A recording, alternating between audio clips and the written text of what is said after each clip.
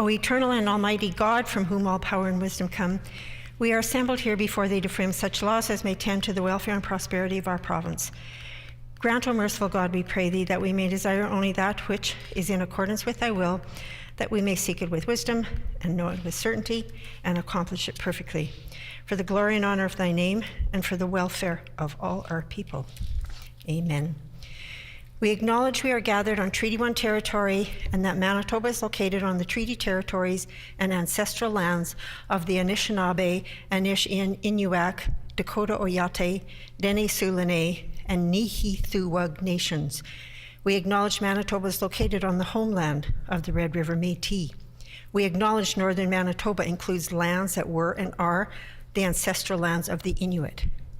We respect the spirit and intent of treaties and treaty making and remain committed to working in partnership with First Nations, Inuit, and Métis people in the spirit of truth, reconciliation, and collaboration. Please be seated, everyone. Good afternoon. Routine proceedings, introduction of bills. The Honourable Minister of Justice. Thank you. Good afternoon, Madam Speaker. I move, seconded by the Minister of Advanced Education, Skills and Immigration, the Bill number 17, the Family Law Act, the Family Support Enforcement Act, and the Interjurisdictional Support Orders Amendment Act be now read for a first time.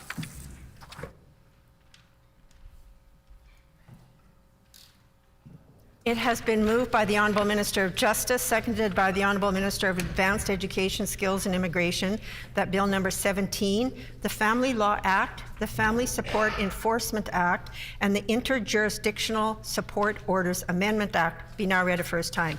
The Honourable Minister of Justice. Thank you, Madam Speaker. I'm pleased to introduce this legislation to continue our government's commitment to modernize family law in Manitoba by making it more accessible for Manitoba families, continuing to encourage out-of-court alternatives to resolve family law disputes, and to harmonize Manitoba law with recent changes to federal legislation. The bill will repeal the Family Maintenance Act and replace it with two new statutes that are written and organized to make it clearer and easier for those who need to understand them. The new acts are the Family Law Act, which governs the rights and duties of family members, and the Family Support Enforcement Act, that governs the enforcement of support obligations by the Maintenance Enforcement Program in the Department of Justice. The bill also amends the Interjurisdictional Support Orders Amendment Act to enhance procedures under that act. Modernizing and improving the justice system in Manitoba continues to be a top priority of our government. Is it the pleasure of the House to adopt the motion? Agreed? Agreed and so ordered. Committee reports. Tabling of reports. Ministerial statements. The Honourable Minister of Sport, Culture and Heritage, and I would indicate that the required 90 minutes notice prior to routine proceedings was provided in accordance with our Rule 26, Bracket 2. Would the Honourable Minister please proceed with his statement? Thank you, Madam Speaker. Good day, Madam Speaker. Dobry den. It is my privilege to rise before the House to recognize the accomplishments of Taras Shevchenko, the great 19th century Ukrainian poet and political activist whose birthday falls on March the 9th. As the war continues in Ukraine, it is fitting that we should pause to recognize the many contributions of Taras Shevchenko to art and to human rights. He was a writer, artist, public and political figure, a folklorist, ethnographer, and a renowned poet, a painter, and illustrator, and the work of Taras Shevchenko is regarded as the foundation of modern Ukrainian literature. Distressed by the conditions of Ukrainian region under the Russian Empire, Taras Shevchenko expressed a desire for Ukrainian independence through his poetry, writing, paintings, and illustrations. Madam Speaker, Taras Shevchenko holds a special place in the hearts of our Ukrainian community who call our province home. A large bronze granite monument of the Ukrainian poet sits on the west grounds of the Manitoba Legislative Building, created by New York sculptor Andrew Darahan and assisted by Winnipeg sculptor Roman Kowal. Two statues of Shevchenko also reside at Assiniboine Park, created by Ukrainian sculptor Leo Mol. The Ukrainian community began immigrating to Manitoba in 1891. Since then, they have shared their culture, including food, song, and dance, across much of southern and western Manitoba, where the majority of families made their homes. Over the next several decades, the Ukrainian community would become some of the greatest contributors to Manitoba's agricultural landscape. Our vibrant Ukrainian community has made significant contributions that are reflected in the province's faith, economic, social, political, and cultural landscape, as well as the important part of Ukrainian Canadians have played in the development of Canada as one of the best countries in the world to live. The impact of Taras Shevchenko's poetry, paintings, and illustrations on Ukraine and its people cannot be understated. His work and accomplishments resonate with those of Ukrainian heritage and all people to this day. Madam Speaker, I now ask that all members to join me in recognizing Taras Shevchenko for his many artistic achievements, for his contributions and recognition of human rights, and for his enduring inspiration for the independence of Ukraine. Slava Ukraini. Thank you.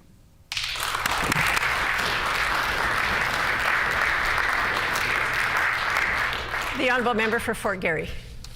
When I am dead, bury me in my beloved Ukraine, my tomb upon a grave mound high amid the spreading plain.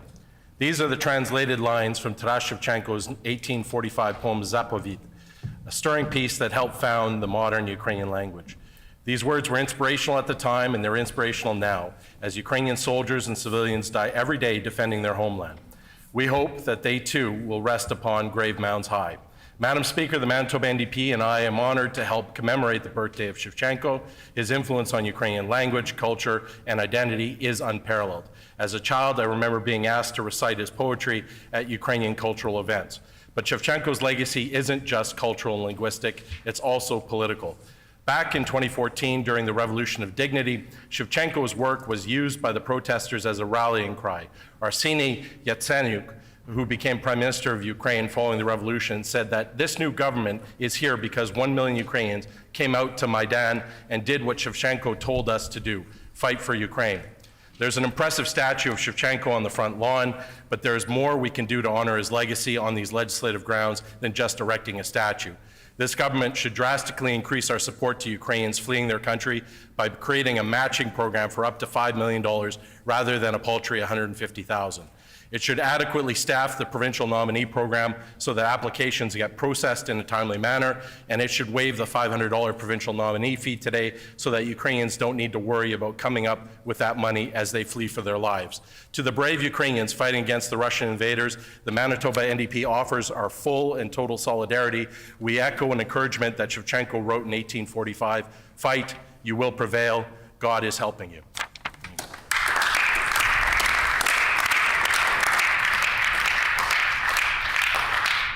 The honourable member for Tyndall Park. Speaker, I ask for leave to speak in response to the ministerial statement. Does the member have leave to respond to the statement? Leave has been granted. The honourable member for Tyndall Park. Thank you, Madam Speaker. I'm very happy to rise and speak about a great and memorable Ukrainian this afternoon. Taras Shevchenko was born in 1814 in what is now known as Marinsky, Ukraine. He was known as a famous Ukrainian poet, writer, and artist, and he had a huge impact as a figure in the national revival of Ukraine. Not only was Shevchenko Ukraine's biggest and greatest poet and talented artist, but he was the champion for national and human rights. Born an agricultural laborer, he fought with his words for human dignity and freedom for all. Shevchenko and his works were so significant during Ukraine's Orange Revolution and subsequently in the Revolution of Dignity in 2014. Now, Shevchenko is no stranger to Manitoba, Madam Speaker. Starting on the grounds of the Manitoba Legislature, this year marks the 61st anniversary of the unveiling of his monument in front of the building.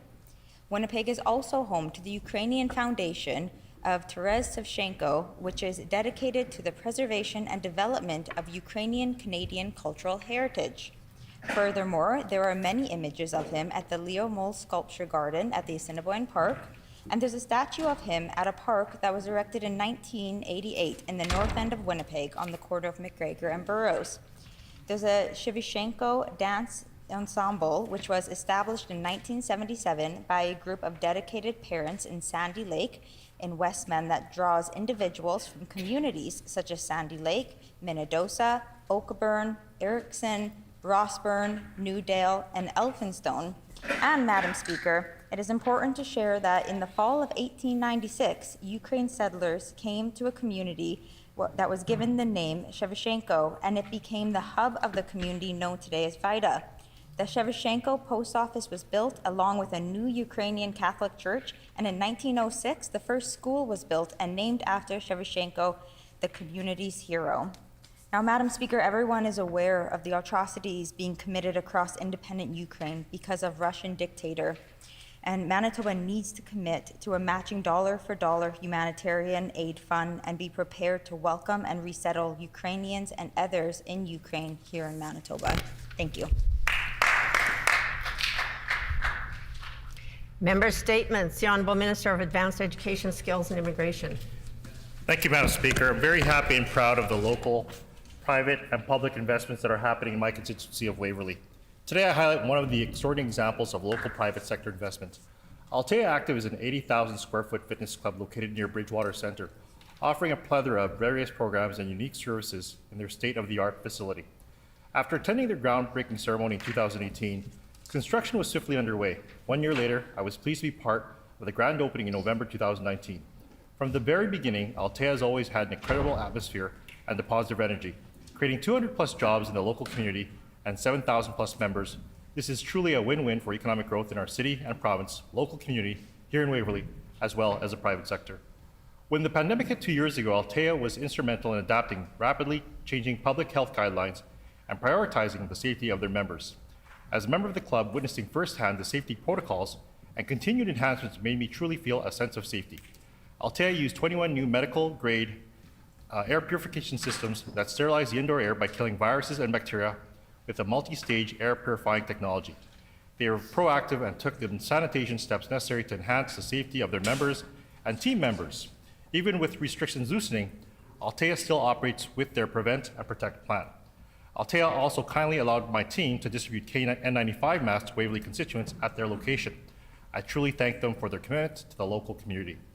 This $30 million private sector investment has benefited the community immensely. It has created numerous jobs, offered fitness services to thousands of Manitobans, and has truly shaped the local community. Madam Speaker, I ask my colleagues to join me in celebrating Altea Active, this extraordinary facility in my constituency of Waverley. Thank you, Madam Speaker.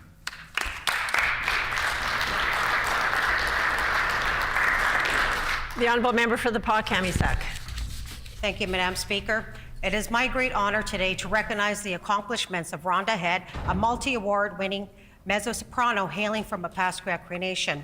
She writes her lyrics in her Indigenous Cree language and composes her melodies inspired by the landscape in her home community of Opaskwayak.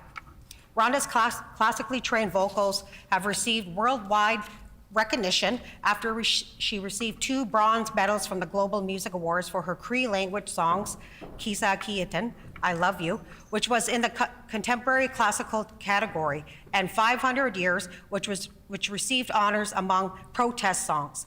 In 2019, Rhonda received the Indigenous Leadership Award from the Women of Inspiration Awards.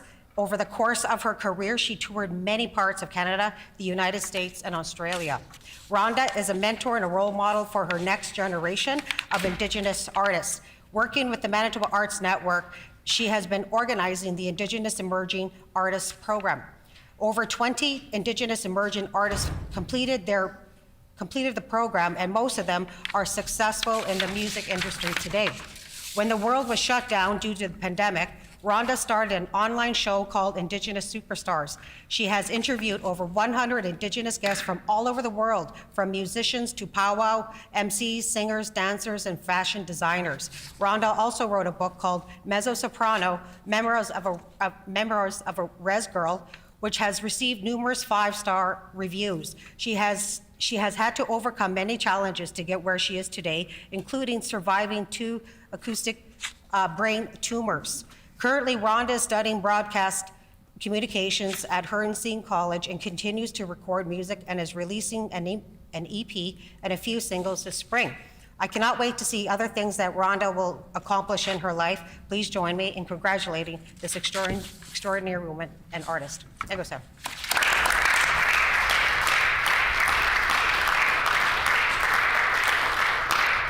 The Honourable Minister of Municipal Relations. Thank you, Madam Speaker. gives me great pride to recognize and acknowledge the hard work and efforts that Manitobans have put into their communities during the challenging last 2 years. Those in leadership roles and businesses in our communities have worked endlessly to support and maintain their city, town, municipality, as well as their neighborhoods. I'd like to take this opportunity to recognize one of these examples in my constituency and pay tribute to the town of Nipawa. Since 2016 census, Nipawa has seen a 23.3 increase in population, making it the third largest growth in the province and the 13th fastest growing community in all of Canada. Not only has Nipawa seen an incredible population growth, but more particular in this significant economic growth in the last 2 years. It's clear that COVID pandemic did not slow the progress of this thriving rural community. With such significant growth, housing becomes a top priority, and Nipawa is certainly working to meet those needs. With 2 new senior complexes built, 2 family units under construction, and several housing developments breaking ground, all of which impact the housing front. It's exciting to see the population grow in this rural community of Manitoba, and with new growth comes investment and new opportunities. During the last year alone, the town has seen many new businesses and organizations transition as well as expand. The town hopes to add a water slide to its recreation options, and there's a Best Western to its list of hotel accommodations. A special thank you to Mayor Blake McCutcheon and his council, CAO Colleen Sinishin, and Economic Development Officer Marilyn Crew, as well as all their staff. This has been an unprecedented time in our history, and it has not been easy, but you have all gone above and beyond the call of duty and continue to work through the many challenges brought on by COVID. I want to say thank you for their vision, strategic planning, and continued commitment to economic growth and development in rural Manitoba, as well as your town. Thank you for your future developments and wishing you much success, Town of Nipawa.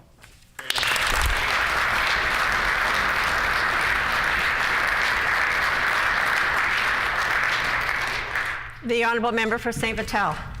Thank you, Madam Speaker. Student unions at our post-secondary institutions are critical to the success and well-being of students across our province. As the terms for many student union executives are going to come to a close at the end of the semester, their elections are soon to begin. And I want to thank the many student unions and student leaders I've had the privilege to work with over this past year. I also want to thank the Canadian Federation of Students Manitoba and the Manitoba Alliance of Post-Secondary Students for their advocacy as well. These student leaders have done incredible work in such difficult times. Food hamper programs, legal aid, daycare, health and dental insurance advocacy, and more. These are just a few of the ways they've been able to support their fellow students, all while maintaining and continuing their own studies at the same time. Unfortunately, this PC government has made the lives of students more difficult each and every year. Year-over-year cuts to the operating grants of universities and colleges have left students to pick up the slack. For example, the University of Manitoba students have seen an average tuition increase of almost 18% since 2018-19 academic year. Now, we all know this government gave themselves even more control over tuition and fees through Bill 33, and now they want to implement a performance-based funding model for universities and colleges. This will mean a less affordable and less accessible education for students. And recently, this PC government had problems providing student aid and left students in the lurch and on their own, suffering financially. It's time for this government to actually listen to students, reverse these misguided cuts to our advanced education system, and start working to make an affordable post-secondary education accessible for all Manitobans. Thank you.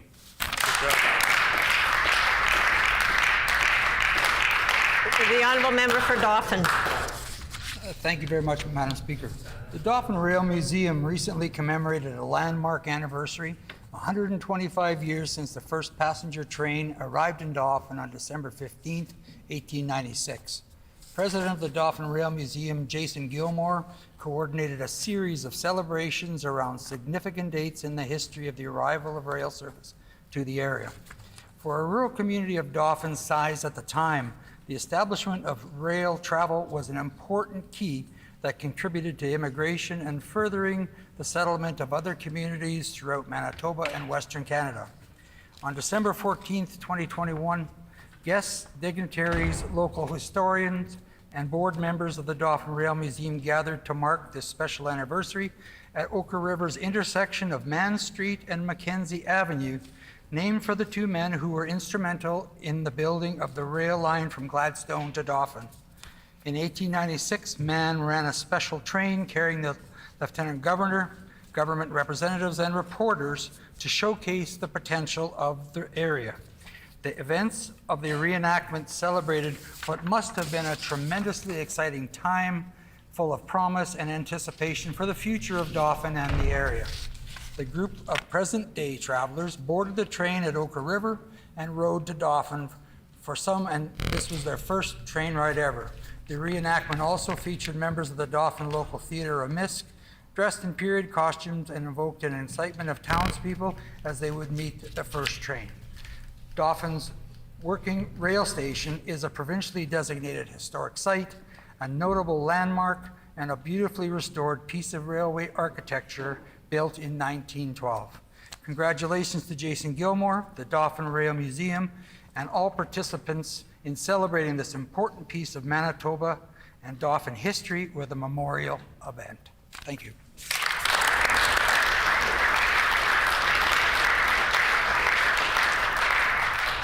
Oral questions. The Honourable Leader of the Official Opposition.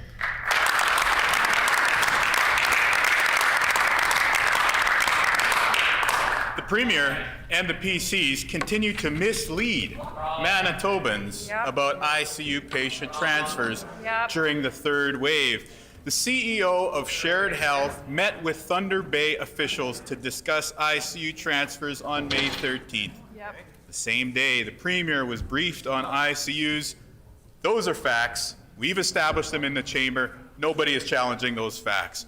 But now apparently, the PCs are saying the Premier never asked and was never briefed about the plan to send patients out of province. We need to hear from the Premier today on this important issue. When, on which day, did the Premier find out about the plan to transfer Manitoba ICU patients to Ontario?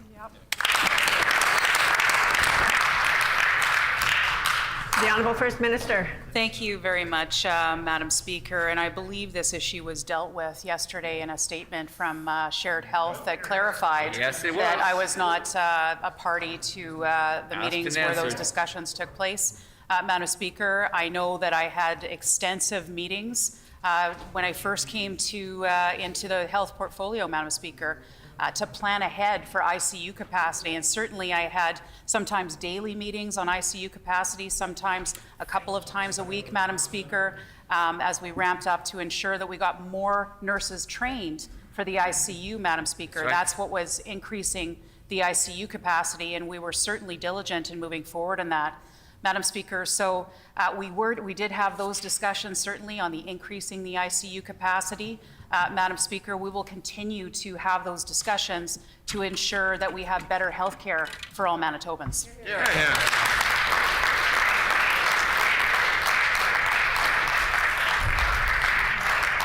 The Honourable Leader of the Official Opposition on a supplementary question. The PCs have had days to prepare for this question. I asked it half a dozen times yesterday. On which day did the Premier find out about the plan to transfer Manitoba's ICU patients to Ontario? Again, the PC line on this appears to be that the Health Minister had extensive meetings, extensive briefings, extensive work around the clock on this issue, and yet in none of those briefings, none of those meetings did she ask about ICU patients being transferred to Ontario. We heard the current Health Minister say yesterday that the Premier, the former Health Minister, had absolutely no prior knowledge of ICU patients being transferred out of Ontario. So I asked the Premier today, is the current Health Minister right? Did the former Health Minister not know what was happening in her department under her watch during the most important part of the pandemic?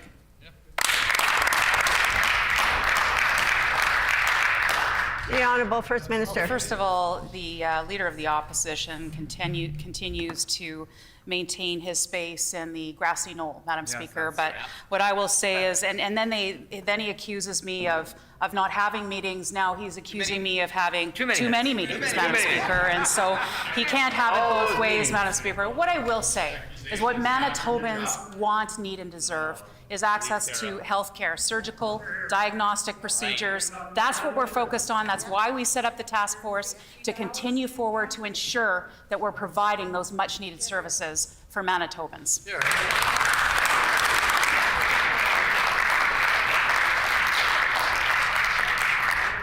The Honourable Leader of the Official Opposition on a final supplementary. Let me just clarify. Neither my colleagues nor the people of Manitoba, nor do I believe anything this government says when it comes to health care, Madam Speaker. We don't believe the lines that they force Shared Health to trot out. We don't believe the excuses armed with the cabinet ministers yesterday. We don't believe the lines that the Premier is delivering today. All that I'm pointing out is that those lines make no sense. What the Premier would have you believe is that she was working around the clock, talking to all the people who were arranging for ICU patients to be transferred out of Manitoba, and yet she had no idea that that was going to happen. So if that's the line that the PCs want to go with, the obvious subsequent question is this. Why didn't the Premier know what was happening in the Department of Health under her watch as Health Minister?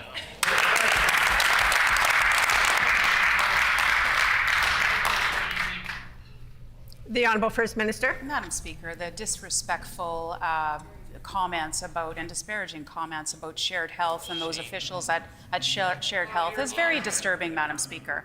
I will say that those individuals who are in charge there are doing tremendous work, as are all the doctors and nurses and everyone else who is working to get us through this pandemic, Madam Speaker. And I want to praise them for the incredible work that they have done, because there's difficult decisions that need to be made on a day-by-day basis, Madam Speaker, sometimes an hour-by-hour basis. Madam Speaker, those decisions are made, and those decisions are made by professionals within the system. They're not made by the Leader of the Opposition. They're not made by government or politicians, Madam Speaker. They're made by doctors.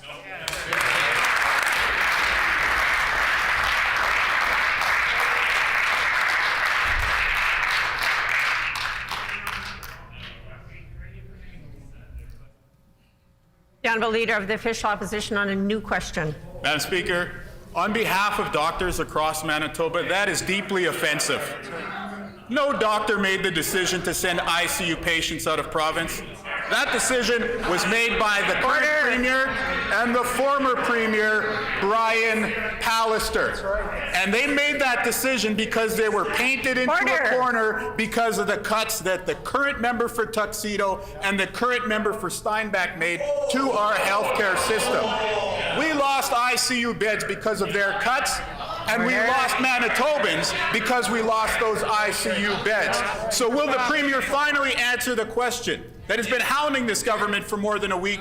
On which day did she learn of the plan to send Manitoba ICU patients to Ontario?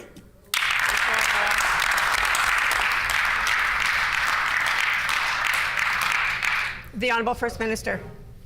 Madam Speaker, what is somewhat disturbing about the Leader of the Opposition's question is that he obviously, from his questioning, does not understand how our healthcare system works. Madam Speaker, decisions are made by doctors that to move people within the system around, Madam Speaker. Those are clinical decisions that are made by doctors. They are not made by politicians. I shudder to think if he was the Premier of this province or the Minister of Health in this province, you know what? He wouldn't know what to do, Madam Speaker. That's disturbing to me. What I will say is that we will maintain our focus on ensuring that those Manitobans who need their surgical and diagnostic procedures, Madam Speaker, will get those procedures done, Madam Speaker. That's what our focus is on. We will continue to work with the task force to ensure we move that forward, Madam Speaker, because that's what Manitobans need, want, and deserve. That's our focus. We'll continue along those lines, Madam Speaker.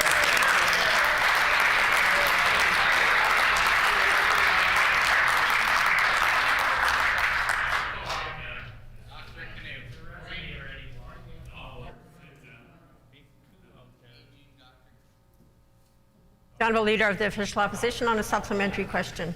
You know, Madam Speaker, our team doesn't take it for granted that we will have the honor of forming government, but I can tell you that we are working very hard to show the people of Manitoba that we are ready to lead and we are ready to run a healthcare system. And the reason why we are ready to do so is because we listen to the healthcare experts. And you know what the healthcare experts have been telling us all week, Madam Speaker? Order, please. Order. Order. I'd ask for everybody's cooperation, please. I am not being able to hear the question that is being asked of the House. The Honourable Leader of the Official Opposition. The reason why we're ready to lead is because we listen to those on the front lines. And what doctors, nurses, and healthcare professionals have been saying all week is that they've been yelling at their TVs, shouting at their mobile phones, listening to the Premier and the Health Minister, trying to blame them for the ICU patient transfers during the third wave. Let's be clear, those physicians were put into impossible positions because of the cuts of this government, and still they play the blame game with those frontline healthcare heroes. Just stop it. Tell us which day did the Premier find out about the plan to transfer ICU patients to Ontario?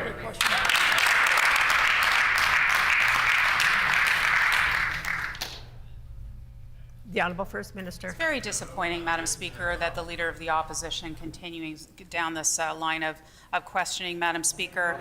All Manitobans, indeed everyone across our country, knows that there's something called COVID, a worldwide pandemic, Madam Speaker. That's what led to the unfortunate decisions, the very difficult decisions that needed to be made by those clinicians, by those doctors, Madam Speaker. Those were very difficult decisions.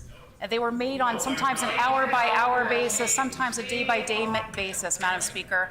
And we cherish everything that those doctors have done for us, the nurses who have done for us, Madam Speaker, the difficult decisions that doctors made during that time. But, Madam Speaker, we are listening to Manitobans who need, want, and deserve surgical and diagnostic procedures sooner rather than later, Madam Speaker. That's why we set up the task force. That's why our focus will maintain on delivering those services for Manitobans.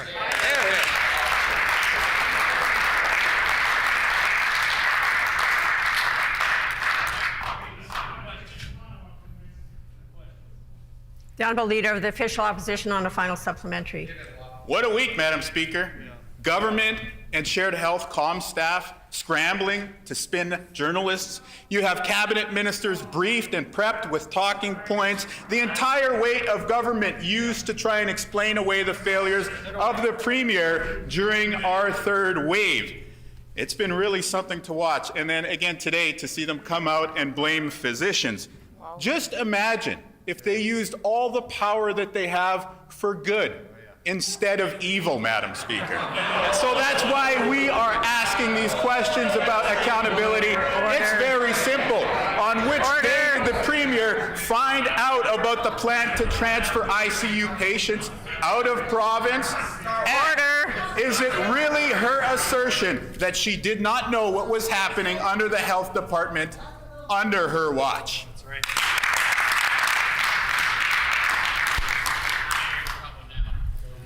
Order. Order. I'm just going to caution members on the language that they choose to use in the House. Some of the rhetoric can be very inflammatory, and I would caution members, when we hear about evil right now, I'm thinking of what Russia is doing in Ukraine, and to throw that word around here, I think is careless. So I'm going to ask members to please be cautious. Please be cautious. Order. Order. Order. I would remind members that I'm standing. I'm just ordering caution on members in the House. We need to be very careful with our language. We don't need to inflame a debate here with using words that may inflame that debate. And I'm just asking for everybody to please be careful and courteous and respectful so that democracy can actually function as it should in this legislature. The Honourable First Minister. Thank you very much, Madam Speaker. And again, it's disappointing that the Leader of the Opposition goes down that path of negativity, Madam Speaker. What I will say is that Manitobans want to rise up and be hopeful about the future for Manitoba, Madam Speaker. We will ensure, as part of that hope, that we offer the services that they want, need, and deserve, the surgical and diagnostic procedures that they need, want, and deserve, Madam Speaker. That's why we are emphasizing that and making a priority those things, because they're a priority of Manitobans. We have listened to Manitobans. We've made it a priority, Madam Speaker. We'll continue down those lines to ensure that Manitobans get the surgical and diagnostic procedures that they need sooner, Madam Speaker. Thank you.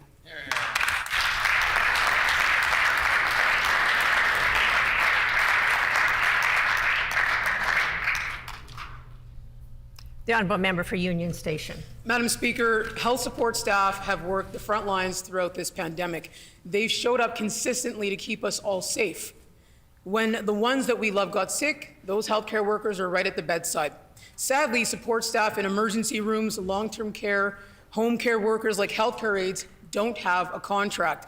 They've been without one for 5 years, and they've been left out of pay top-ups. Will the minister recognize these staff and give them a contract? Good question. The Honourable Minister of Labour. Thank you, Madam Speaker. Well, I'm sure the member opposite recognizes and knows that the government is not the employer in this case.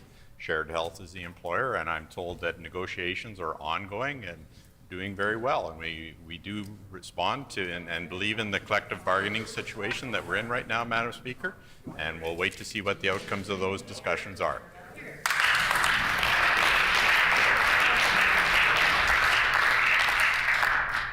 The Honourable Member for Union Station on a supplementary question. Madam Speaker, health support staff have had their wages frozen for 5 years. The PC government legislated their wages at 0%. Inflation is now running at 5%. Frontline workers have been in a strike position since August, and 97% of their members voted in favor of that. They've worked the front lines throughout this pandemic, but this government has refused to acknowledge or recognize their contributions. Will the minister give these workers a top-up and make sure they get a fair contract?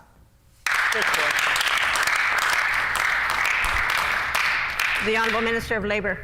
Thank you, Madam Speaker. Well, obviously the member opposite may not seem to understand what I said the first time, so we'll try to repeat that. That we are not the employer. Shared Health is the employer, and they are in those negotiations and collective bargaining with those unions.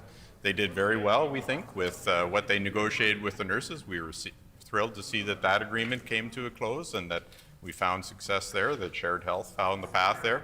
I expect that collective bargaining will continue, Madam Speaker.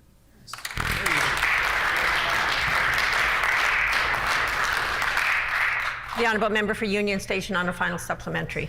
Madam Speaker, hospitals across the province do not have the healthcare staffing, healthcare aides that they need. This pandemic has made things worse. Health support workers' wages have been frozen for 5 years. It's unconscionable. 4,000 Manitobans have now written the minister with a petition that reads, and I quote, "You call them heroes, but they are being treated like zeros." We're calling on the Manitoba government to immediately prioritize collective bargaining with healthcare support workers, end quote. Will the minister just listen? And will health support staff get the contract they deserve today? Good question. The Honourable Minister of Labour. Thank you, Madam Speaker. What I'm hearing from the member opposite is they want the government to intervene, but that is not our role, Madam Speaker. This is Shared Health that is negotiating with the unions. They were very successful. We saw a great collective agreement come together with the nurses, and we expect that we'll continue to see bargaining take place.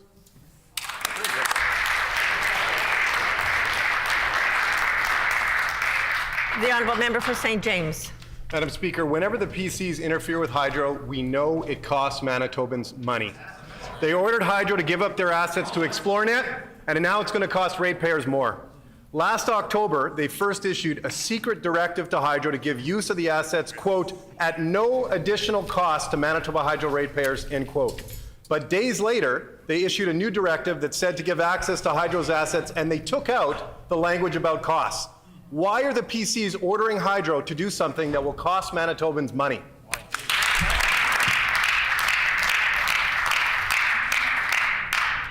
The Honourable Minister of Labour.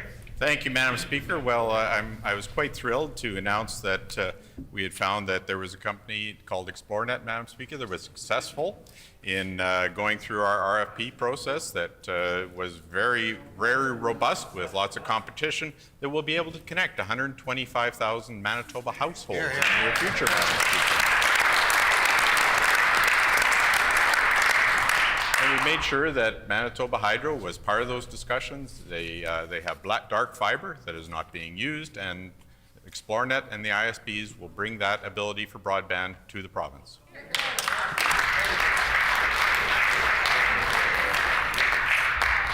The Honourable Member for St. James on a supplementary question. Thank you, Madam Speaker. The first directive said hydro ratepayers shouldn't be on the hook for the PC's plan to privatize hydro's assets. They took that out in the second directive, and it's pretty clear what that means. Hydro ratepayers and Manitobans are going to pay more. That's wrong. Everything's more expensive, and the costs of living are going up. And now we learn PC interference in hydro means ratepayers will be left with the tab. Will this government stop interfering in hydro, and will they stop raising costs on Manitobans?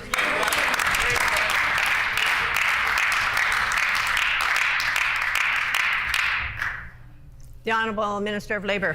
Well, thank you, Madam Speaker. It is clear through all of these negotiations that Manitoba retains ownership of their assets. There is no transfer of assets. But the member likes to go down that rabbit hole, and now he wants to interfere in the Public Utilities Board.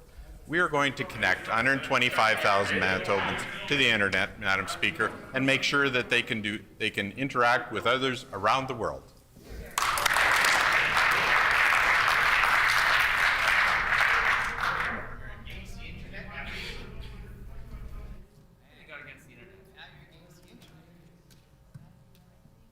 The Honourable Member for St. James on a final supplementary.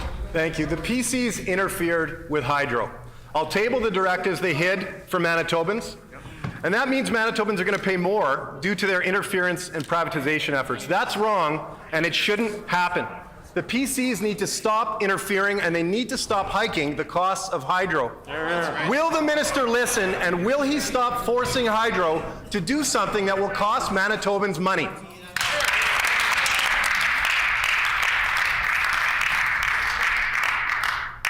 The Honourable Minister of Labour. Madam Speaker, we were clear in the RFP that this would be an additional service that would be available to Manitobans through the private sector, working with Manitoba Hydro, that they could work with other private ISPs to bring broadband to 125,000 homes in Manitoba, Speaker. It's obvious that the member doesn't have any collective memory of what drove up the costs of hydro. It was the intervention and interference from the NDP that drove the costs of those hydro dams that Manitobans are now on the hook for, Madam Speaker.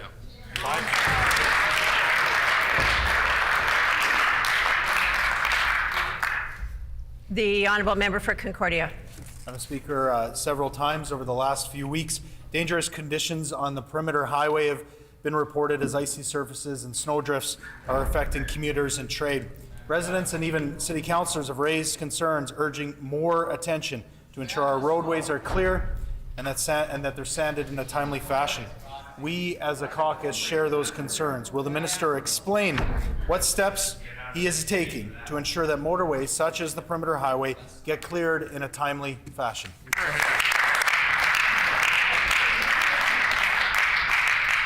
The Honourable Minister of Transportation and Infrastructure. Thank you, Madam Speaker. And I just want to thank the member for the question. And the member has to realize that yesterday's event was not a road condition situation. It was actually a weather condition. And the thing was that there was zero visibility. This is the fifth time this year that we encountered five times that the perimeter highway was closed, and it was because of zero visibility.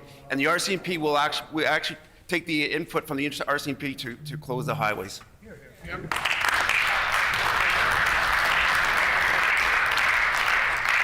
The Honourable Member for Concordia on a supplementary question.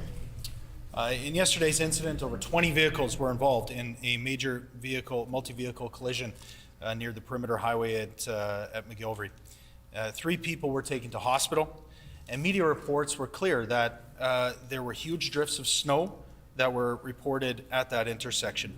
We know we need to do everything we can to protect Manitobans as they use our roadways throughout the province. What additional steps will the minister be taking to ensure safety on the perimeter highway even during high snowfall years?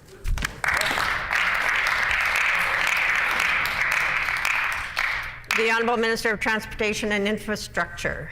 Madam Speaker, I want to say that I want to thank our hardworking snow clearing crew that actually go out there as soon as it's safe to go do so. They're out there within when it's safe to do so.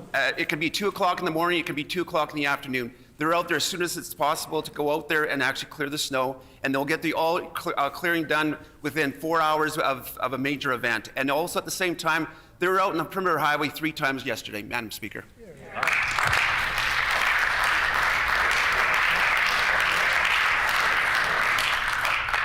The Honourable Member for Concordia on a final supplementary.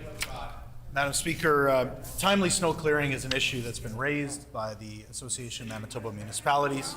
It's been brought forward by city councillors within the city of Winnipeg who have all criticized this government's lack of action when it comes to clearing our highways in a timely manner. The highways talk about And the pileup that we saw yesterday, Madam Speaker, sent folks to hospital, which caused the Health Sciences Centre to declare a code orange. This is a serious matter. I'll agree with the minister on that.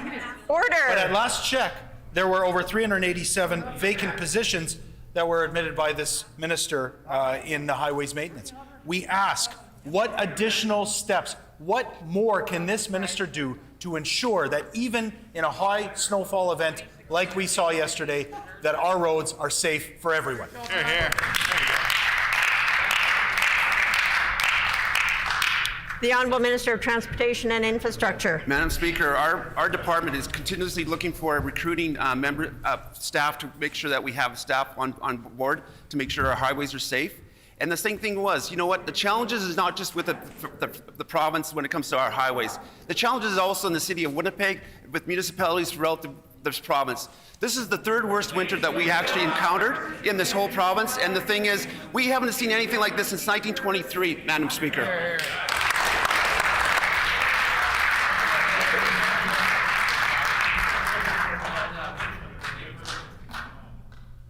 The Honourable Member for the Pas-Camissac. Madam Speaker. The Premier is continuing Brian Pallister's legacy of leaving our northern healthcare system in shambles. Instead of filling the 25% nursing shortage in the north, the government is spending more than double than 2 years ago on agency nurses. I'll table the FIPA documents for the House. Why does the minister continue to cut health in the north?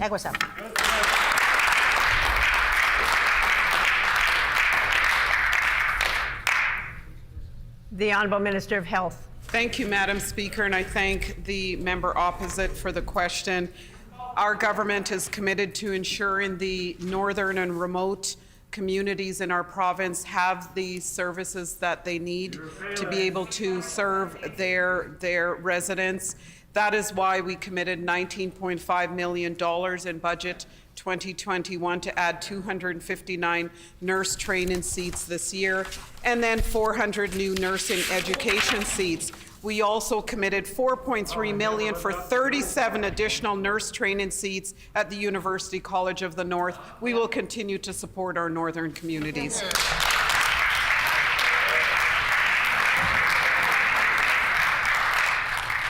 The Honourable Member for the Pas-Camissac on a supplementary question. Madam Speaker. Spending on agency nurses has gone from $5.1 million in 2019 to $11 million in 2021. That's more than double, Madam Speaker. This is money that could be that could be going to hiring nurses that can stay in our communities for the long term. Instead, the PCs are choosing a more expensive way to staff our northern healthcare system that results in continuous closures at northern healthcare sites. Why is this minister refusing to recruit and retain nurses in the north?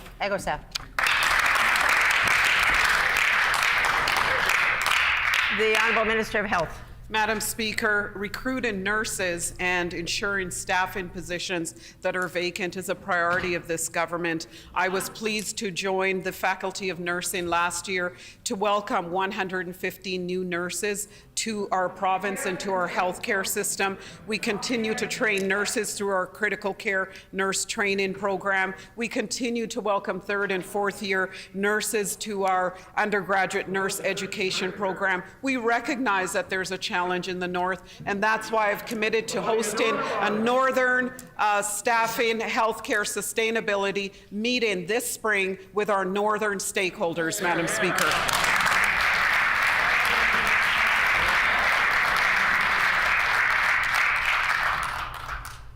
The honourable member for the Pas-Kamisak on a final supplementary. Madam Speaker, we need to fix this problem now, not 5 years from now. Some northern sites have been totally dependent on agency nurses for their nursing staff. And when they leave, Madam Speaker, sites close unexpectedly and communities can't get the care they need close to home. It's wrong. Will the minister commit to fixing these nurse vacancies immediately?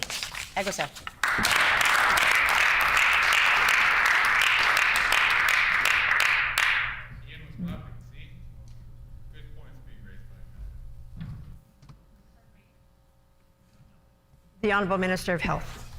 Madam Speaker, I commit to hosting the Northern Healthcare Sustainability meeting with the stakeholders that have written to me. I commit to working with the Northern Regional Health Authority, which is on the ground talking to the stakeholders in the community about how we come together to address the issues that are unique to that part of our province. Our government is very much committed to ensuring Manitobans across the province receive the care that they need close to home. That is our commitment, and we will continue to work towards that goal. Thank you.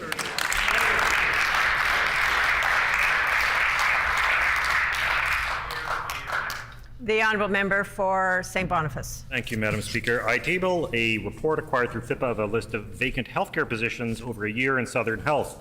As of January 14th, 2022, of 2,448 positions in regular operations, 584, nearly a quarter, were vacant. Altona Health Centre LTC is short 30% of its healthcare aides. Boyne Lodge in Carman is short 40%. Home care programs in Carman, Portage, St. Anne, and Steinbach have vacancies from 23% to 42%. The Portage General Hospital has a 45% vacancy for LPNs. St. Anne Hospital is short 31% of their RNs. How can this government justify running an entire health region at 75% staffing levels in a pandemic unless their goal is just saving money instead of lives? The Honourable Minister of Health. Thank you, Madam Speaker, and I thank the member from St. Boniface for the question. It is a priority for our government to address the staffing vacancies throughout the province. Madam Speaker, this is not unique to Manitoba. Other jurisdictions across the country are facing the same challenges. That is why the federal minister, Minister Duclos, someone he may know, has brought all the health ministers together around the table to talk about a health human resource sustainability plan, because it's not unique to our province, but our government is most definitely committed to addressing this issue.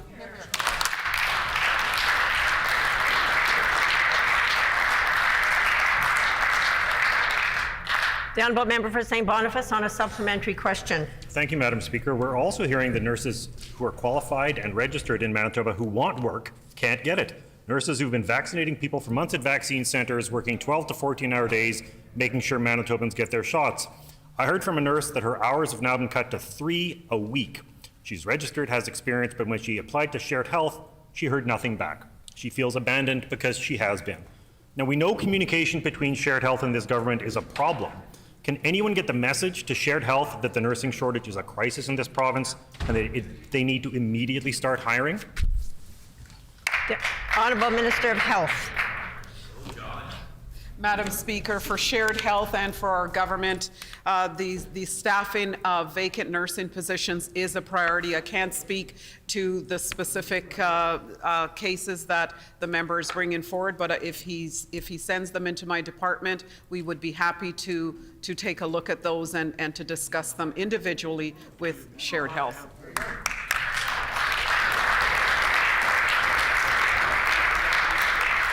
The honourable member for Tyndall Park on a final supplementary. Thank you, Madam Speaker. Hundreds and thousands of students in Ukraine, both local and international, have had their education completely interrupted as they are forced to settle in other countries all over the world. As noted in a CBC article, which I table, one particular individual was studying medicine in Ukraine and fled to Manitoba to stay with family. Madam Speaker, we know there are more in this position. What will this government do to ensure that students wanting to continue their education here in Manitoba will have their previous education from Ukraine be adequately accredited and recognized towards their degrees? The Honourable Minister of Advanced Education. Thank you, Madam Speaker. As I said yesterday, we've heard and seen of the mass exodus of Ukrainian people because of Putin's defiance on democracy. We also have seen a mass exodus of students from Nigeria, Egypt, India, and other nations trying to leave the Ukraine, and are experiencing having issues when trying to enter neighboring countries. Manitoba will work with the federal government to help immigrant individuals and families, regardless of where they came from, and will welcome them like we know how we can here in friendly Manitoba. Thank you, Madam Speaker.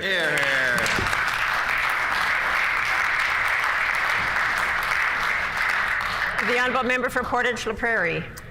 Thank you, Madam Speaker. The COVID-19 pandemic has posed incredible challenges to all sectors in our province. The arts and culture sector was particularly hard hit. Can the Minister of Sport, Culture and Heritage update this House on what supports the Manitoba government have provided to the arts and culture sector during the pandemic?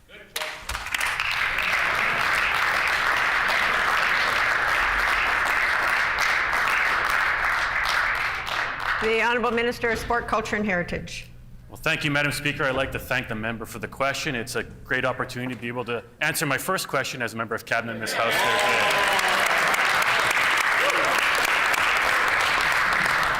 Our government recognizes the importance of the arts and cultural sector. We know that they were very much affected during the COVID-19 pandemic, and that's why we stepped up. How did we do that, Madam Speaker? Through the Bridge Grants program for the arts and culture recipients, over $12.4 million. Bridge Grants program for the sports, over $9.6 million. Safe at Home, Madam Speaker, over $3.8 million. The Arts and Culture Sustainability Fund, $12 million, Madam Speaker. The Centre Culturel Franco-Manitobain, $300,000, Madam Speaker. And the Manitoba Centennial Center, $1 million. That's a total of over $38.8 million.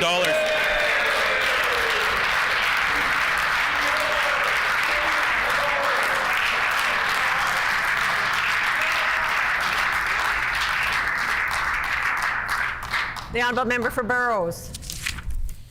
Shukriya, Madam Speaker. The PC government has made a mess of Crown Lands. Matthew Atkinson, chair of Beef Producers Crown Lands Committee, says he's a young producer, but, I quote, the chance of being able to outbid a more established producer are slim. The benefit for a young producer is certainly not there, end quote. What does the minister say to Matthew Atkinson and the many young producers who aren't being given a chance? The Honourable Minister of Agriculture. Thank you, Madam Speaker. I'd like to welcome my critic, or welcome me to his critic role. I guess he's the same, I'm different, but welcome nonetheless. Same thing. I also want to thank the Premier for entrusting me in my new role, and I want to thank my predecessors, of course, the MLA from Lakeside and the MLA from Midland. I have some large shoes to fill, and we'll make Manitoba Ag proud.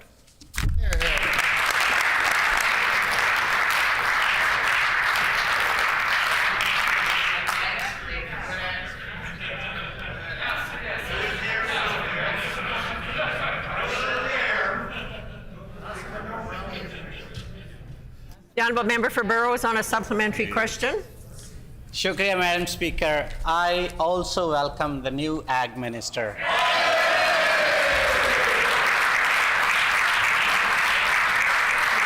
The PC government says one thing but does another. Carson Cullum, General Manager of the Beef Producers, says that they have, and I quote, many concerns that a lot of the changes to the Crown Lands program did not line up with what we had recommended in our consultation, end quote. What does the minister say to Carson Callum and the concerns of hundreds of beef producers around this province? The Honourable Minister of Agriculture. Thank you, Madam Speaker. And I want to thank the member for the question. I want to just take this moment to express our hard work we're doing for the farmers. And I want to explain how we've... Order! The Honourable Minister of Agriculture. I want to explain how we've extended our ag drought recovery program, and we've extended the eligibility from March 15th till April 15th, and you can apply for that programming all the way through till March 13th. Thank you, Madam Speaker.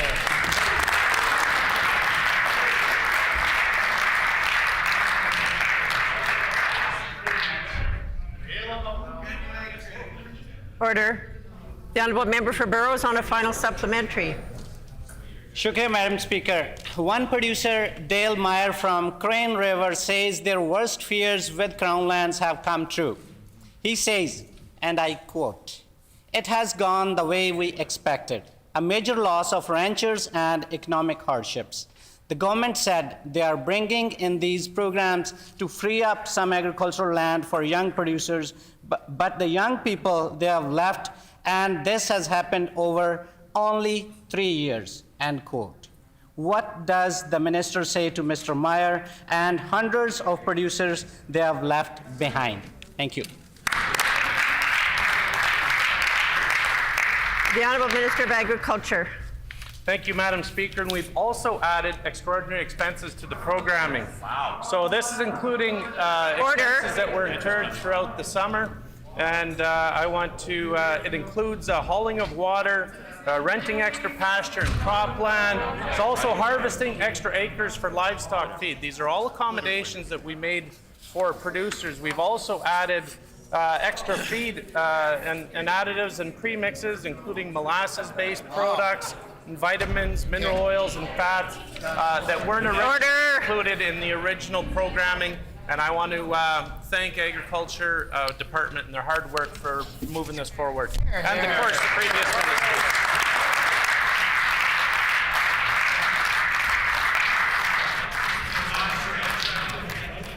The time for oral questions has expired. Petitions.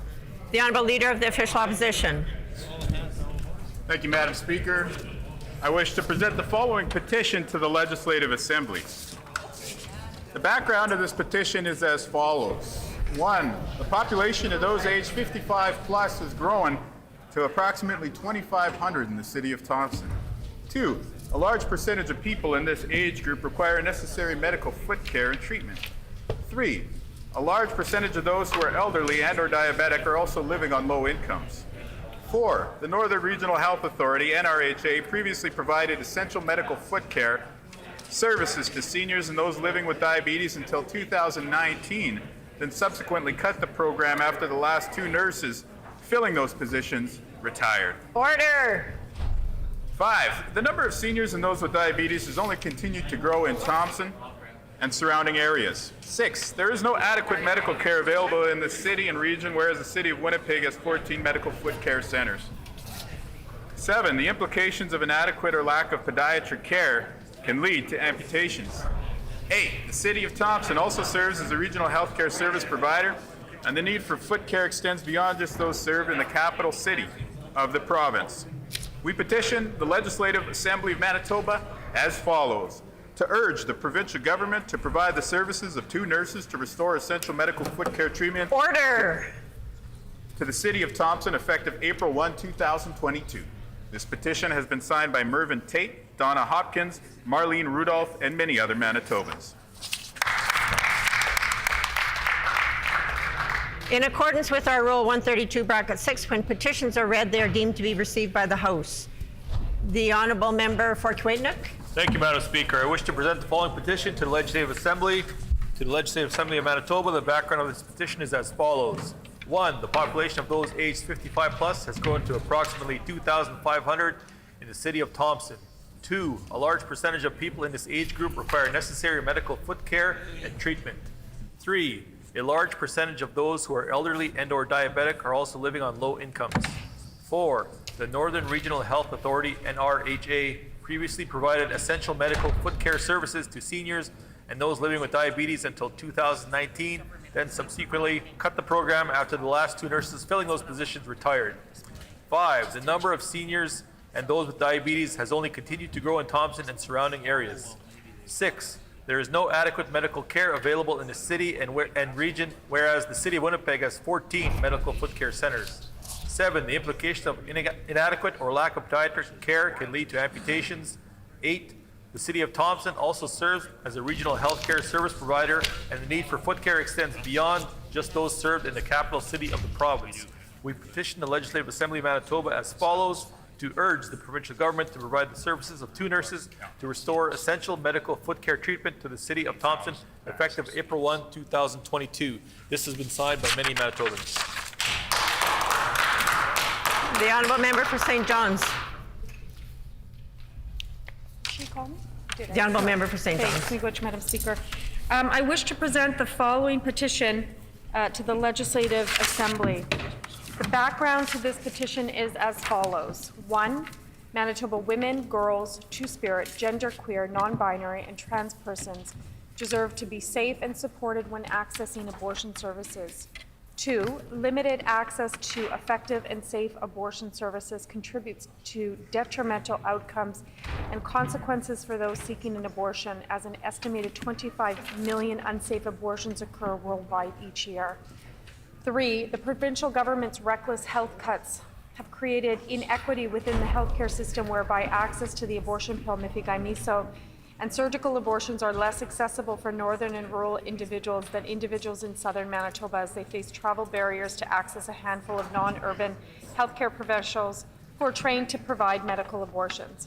4, for over 5 years and over the administration of 3 failed health ministers, the provincial government operated under the pretense that reproductive health was not the responsibility of the Ministry of Health and Seniors Care, and shifted the responsibility to a secretariat with no policy, program, or financial authority within the healthcare system.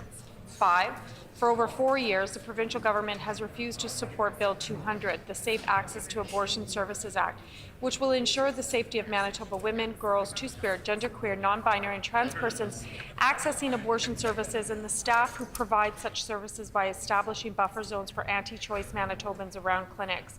We petition the Legislative Assembly of Manitoba as follows: to urge the provincial government to immediately ensure effective and safe access to abortion services for individuals regardless of where they reside in Manitoba, and to ensure that buffer zones are immediately legislated. Signed by many Manitobans. The Honourable Member for the Pas-Camissac. Madam Speaker, I wish to present the following petition to the Legislative Assembly. The background to this petition is as follows. 1, Provincial Road number 224 serves Peguis First Nation, Fisher River Cree Nation, and surrounding communities. The road is in need of substantial repairs. Number 2, the road has been in poor condition for years and has numerous potholes, uneven driving surfaces, and extremely narrow shoulders. Number 3, due to recent population growth in the area, there has been increased vehicle and pedestrian use of Provincial Road 224. Number 4, without repair, Provincial Road 224 will continue to pose a hazard to many Manitobans who use it regularly. Number 5, concerned Manitobans are requesting that Provincial Road 224 be assessed and repaired urgently to improve safety for its users. We petition the Legislative Assembly of Manitoba as follows: to urge the Minister of Infrastructure to complete an assessment of Provincial Road 224 and implement the appropriate repairs using public funds as quickly as possible. This petition has been signed by many fine Manitobans. The Honourable Member for River Heights. Madam Speaker, I wish to present the following petition to the Legislative Assembly. The background to this petition is as follows.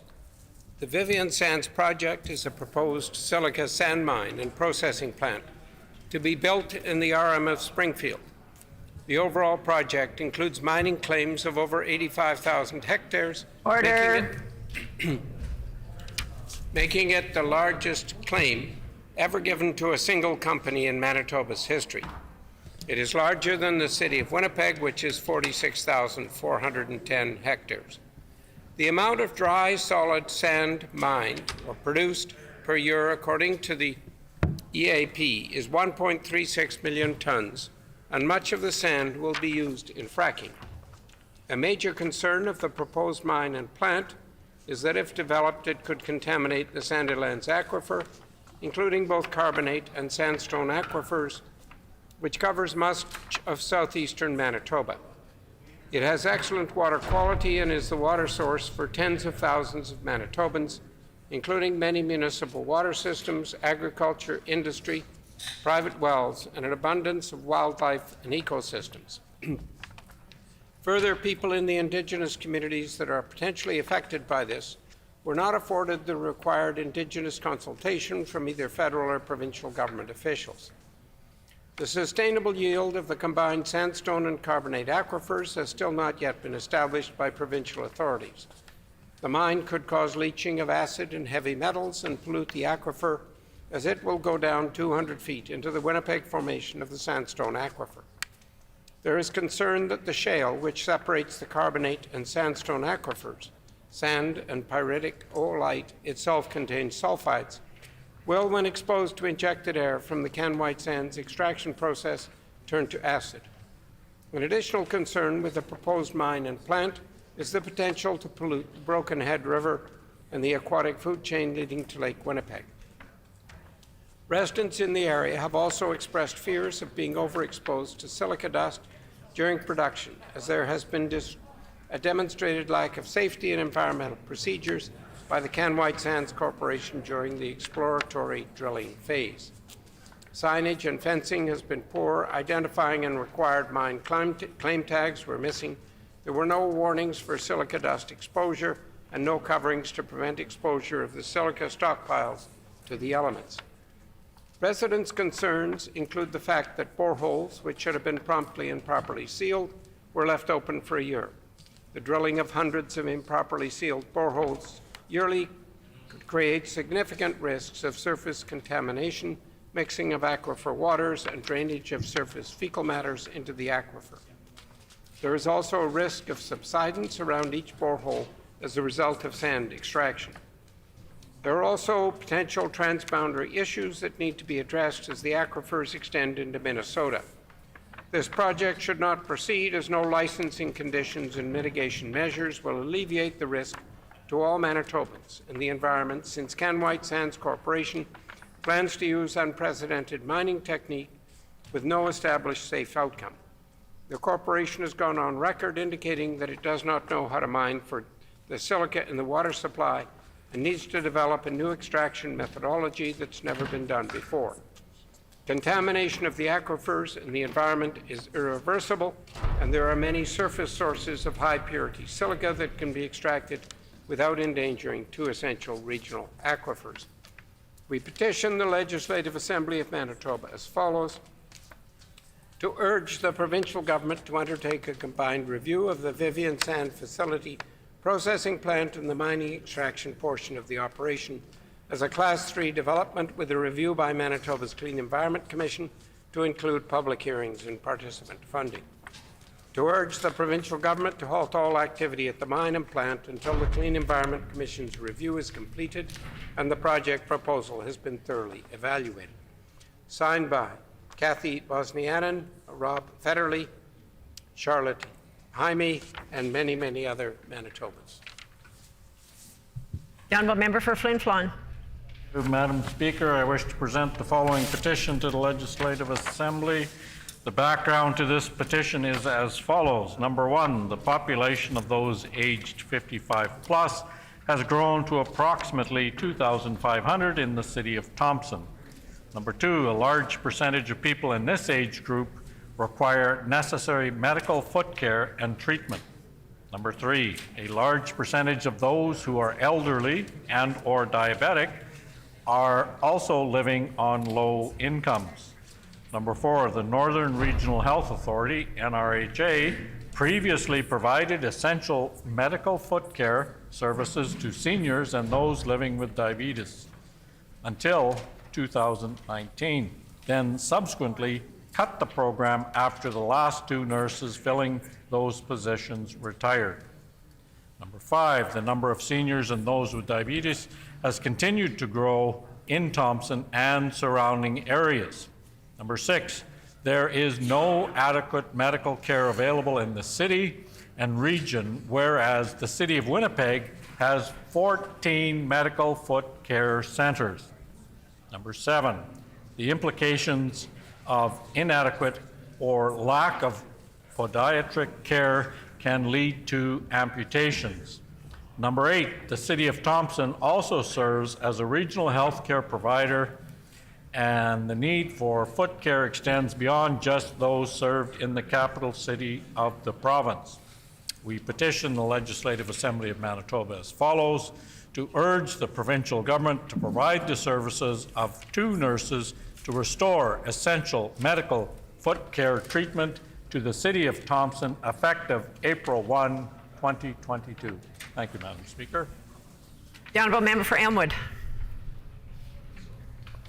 Thank you, Madam Speaker. I wish to present the following petition to the Legislative Assembly. The background of this petition is as follows. Number 1, till recently, diagnostic medical tests, including for blood and fluid samples, were available and accessible in most medical clinics.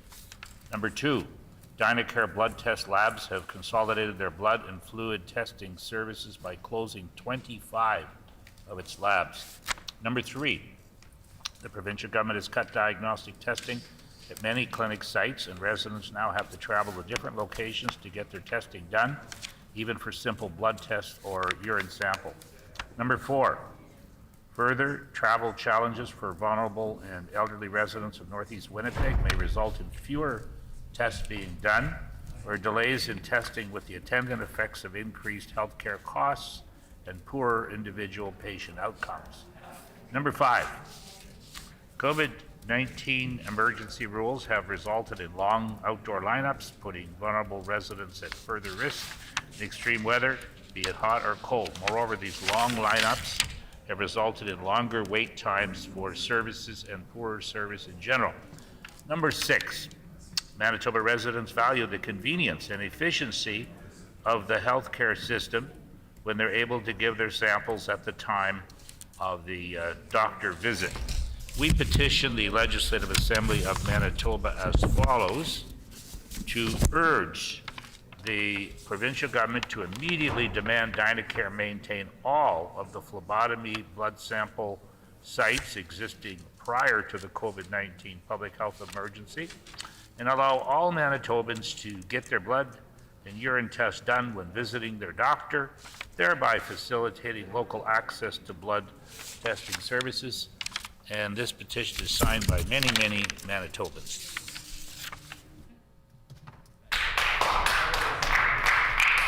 The Honourable Member for Notre Dame. Madam Speaker, I wish to present the following petition to the Legislative Assembly. To the Legislative Assembly of Manitoba, the background of this petition is as follows. In December of 2019, the provincial government's commissioned report on lead concentrations in soil in Winnipeg was completed. Number 2, the report found that 10 neighborhoods had concerning levels of lead concentration in their soil, including Centennial, Daniel McIntyre, Glenham Chalmers, North Point Douglas, River Osborne, Sergeant Park, St. Boniface, West End, Weston, and Wolseley Minto. Number 3, in particular, the predicted blood lead levels for children in North Point Douglas, Weston, and Daniel McIntyre were above the level of concern. Number 4, the Weston Elementary School field has been forced to close down many times because of concerns of lead in soil and the provincial government's inaction to improve the situation. Number 5, lead exposure especially affects children aged 7 years and under, as their nervous system is still developing. Number 6, the effects of lead exposure are irreversible and include impacts on learning, behavior, and intelligence. Number 7, for adults, long-term lead exposure can contribute to high blood pressure, heart disease, kidney problems, and reproductive effects. Number 8, the provincial government currently has no comprehensive plan in place to deal with lead in soil, nor is there a broad advertising campaign educating residents on how they can reduce their risks of lead exposure. Number 9, instead, people in these areas continue to garden and work in the soil, and children continue to play in the dirt often without any knowledge of the associated risks, we petition the Legislative Assembly of Manitoba as follows: to urge the provincial government to take action to reduce people's exposure to lead in Winnipeg and to implement the recommendations proposed by the provincial government's independent review, including the creation of an action plan for the Weston neighborhood, developing a lead awareness, communications, and outreach program, requisitioning a more in-depth study, and creating a tracking program for those tested for blood lead levels so that medical professionals can follow up with them. This has been signed by Marie Hinegi, Jaime Vendixil, Julia Lavarias, and many other Manitobans. The honourable member for Wolseley. Thank you, Madam Speaker. I wish to present the following petition to the Legislative Assembly. To the Legislative Assembly of Manitoba, the background of this petition is as follows. The population of those aged 55 plus has grown to approximately 2,500 in the city of Thompson.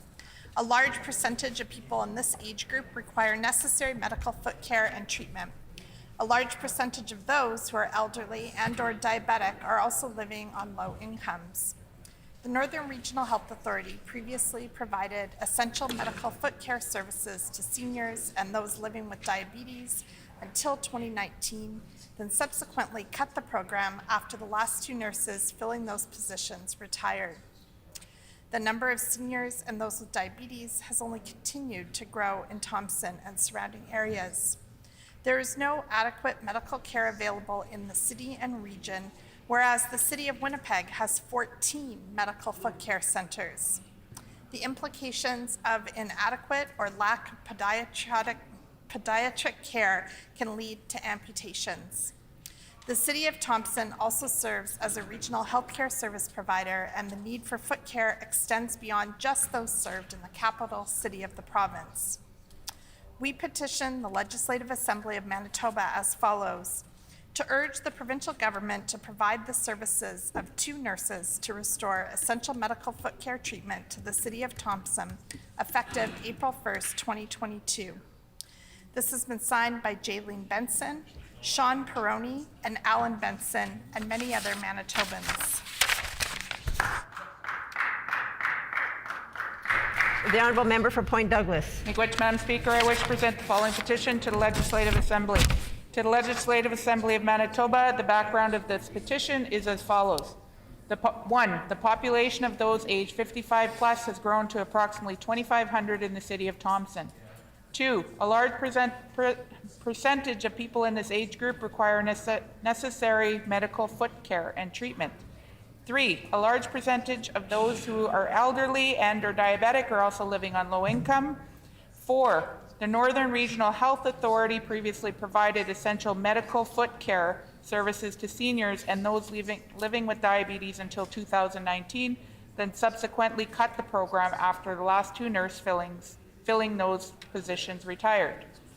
5. The number of seniors and those with diabetes has only continued to grow in Thompson and surrounding areas. 6. There is no adequate medical care available in the city and region, whereas the city of Winnipeg has 14 medical foot care centers. 7. The implications of inadequate or lack of podiatric care can lead to amputations. 8. The city of Thompson also serves as a regional healthcare service provider, and the need for foot care extends beyond just those served in the capital city of the province.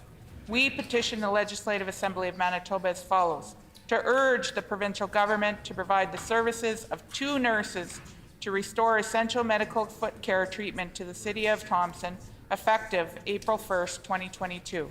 Signed by many Manitobans. The honourable member for Concordia.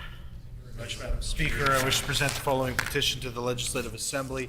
The background to this petition is as follows. Manitoba Infrastructure has undertaken the closure of all farm access roads along the North Perimeter Highway, forcing rural residents to drive up to 6 miles out of their way to leave or return to their property. The provincial government's own consultation showed that closing the access of some of these roads, including Sturgeon Road, was an emerging concern to residents and business owners, yet the North Perimeter Plan does nothing to address this issue.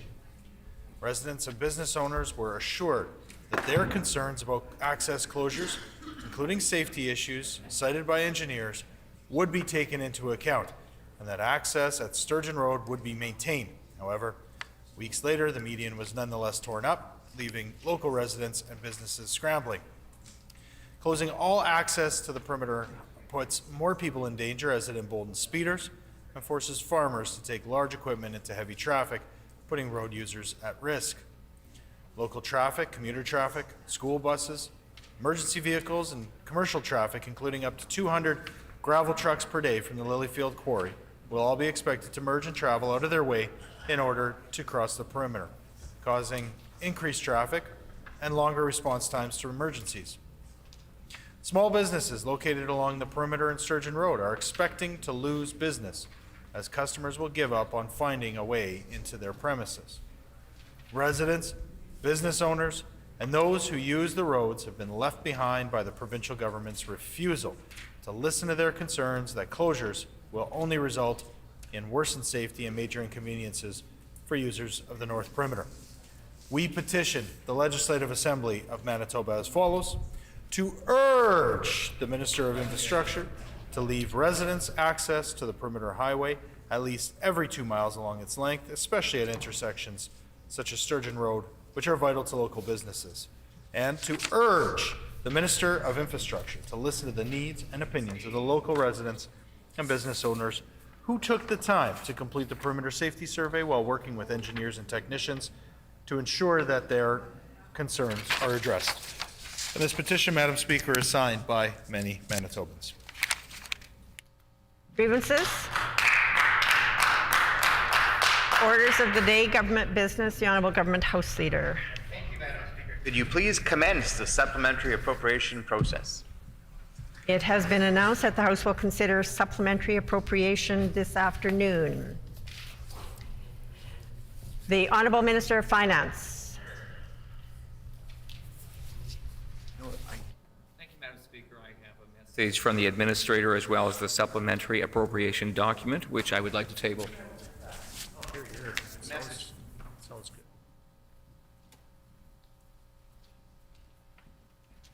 Please stand for the reading of the message.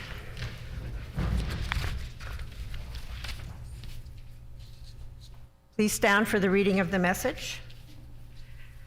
To the Speaker of the Legislative Assembly, the Lieutenant Governor transmits to the Legislative Assembly of Manitoba estimates of additional sums required for the services of the province for the fiscal year ending the 31st day of March 2022 and recommends these supplementary estimates to the Legislative Assembly.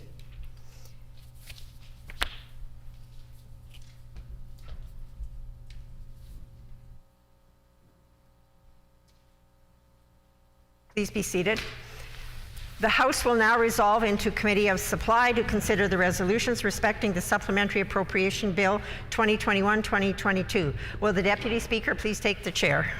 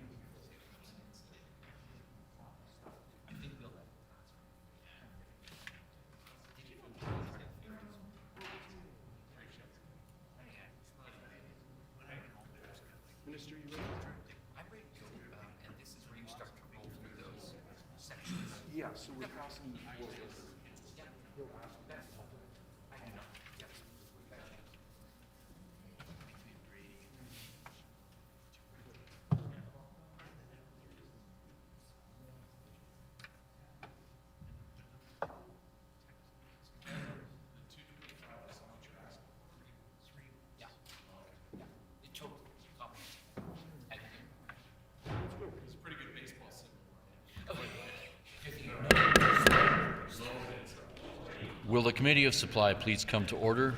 We have before us for our consideration 4 resolutions respecting the Supplementary Appropriation Bill.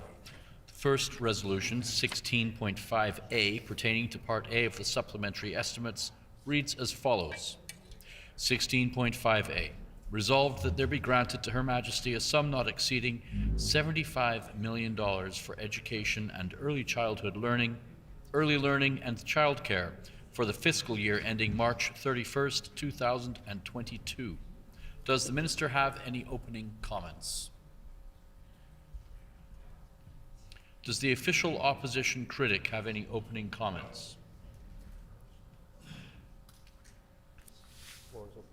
The floor is open for questions. Is the committee ready for the question? Shall the resolution pass? The resolution is accordingly passed. The second resolution, 21.8, pertaining to Part A of the Supplementary Estimates, reads as follows. 21.8. Resolved that there be granted to Her Majesty a sum not exceeding $24 million for health medical for the fiscal year ending March 31st, 2022. Does the Minister have any opening comments? No. Does the official opposition critic have any opening comments? Does the floor is open for questions. Is the committee ready for the question? Shall the resolution pass? The resolution is accordingly passed. The third resolution, 21.9, pertaining to Part A of the Supplementary Estimates, reads as follows. 21.9. Resolved that there be granted to Her Majesty a sum not exceeding $26 million for health, pharmacare, for the fiscal year ending March 31st, 2022. Does the Minister have any opening comments? No. Does the official opposition critic have any opening comments? No. The floor is open for questions. Is the committee ready for the question? Shall the resolution pass? The resolution is accordingly passed. The fourth resolution, 26.2, pertaining to Part A of the Supplementary Estimates, reads as follows. 26.2. Resolved that there be granted to Her Majesty a sum not exceeding $100 million for enabling appropriations, internal service adjustments for the fiscal year ending March 31st, 2022. Does the Minister have any opening comments? No. Does the official opposition critic have any opening comments? The floor is open for questions. Is the committee ready for the question? Shall the resolution pass? The resolution is accordingly passed. This concludes the business before the committee. Committee rise, call in the Speaker.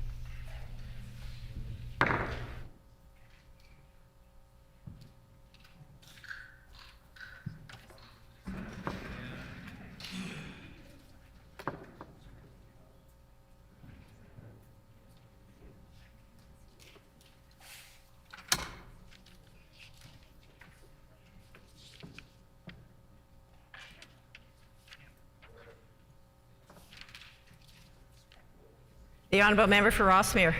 Madam Speaker, the Committee of Supply has considered and adopted 4 resolutions respecting supplementary appropriation.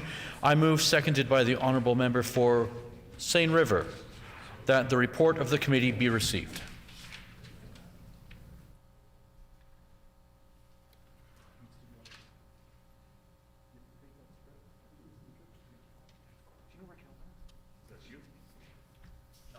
It has been moved by the Honourable Member for Rossmere, seconded by the Honourable Member for Seine River, that the report of the committee be received. Is it the pleasure of the House to adopt the motion? Agreed?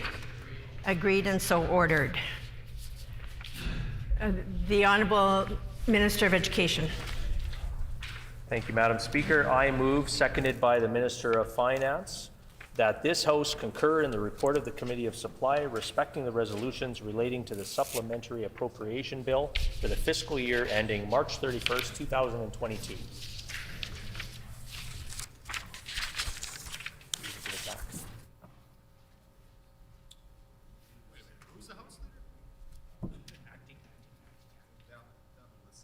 It has been moved by the Honourable Minister of Education, seconded by the Honourable Minister of Finance, that this House concur in the report of the Committee of Supply respecting the resolutions respecting the Supplementary Appropriation Bill for the fiscal year ending March 31st, 2022.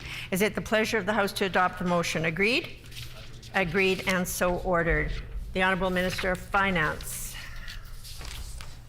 Thank you, Madam Speaker. I move, seconded by the Minister of Families, that there be granted to Her Majesty on account of certain expenditures of the public service for the fiscal year ending March 31, 2022, out of the Consolidated Fund, sums not exceeding $225 million as set out in Part A of the supplementary estimates.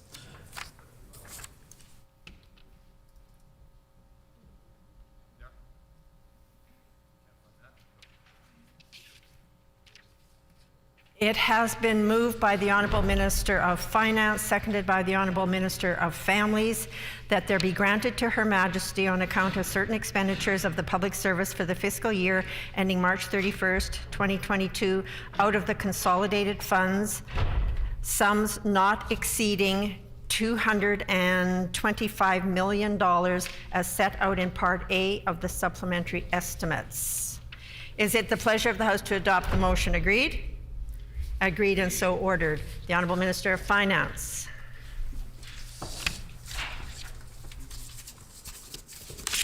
Thank you, Madam Speaker. I move, seconded by the Minister for Education and Early Childhood Learning, that Bill number 20, the Supplementary Appropriation Act 2021-2022, be now read a first time and be ordered for second reading immediately.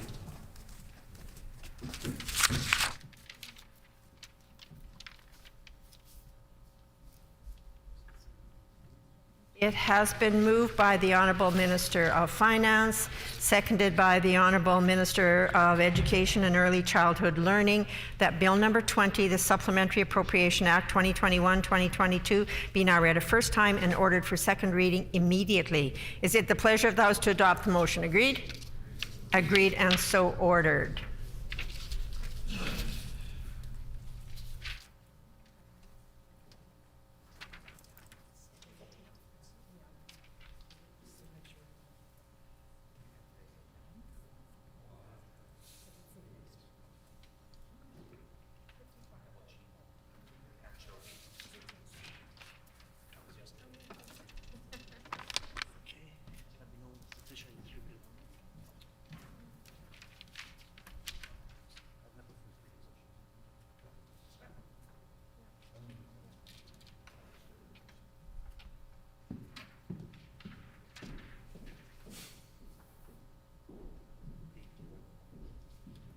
The Honourable Minister of Finance.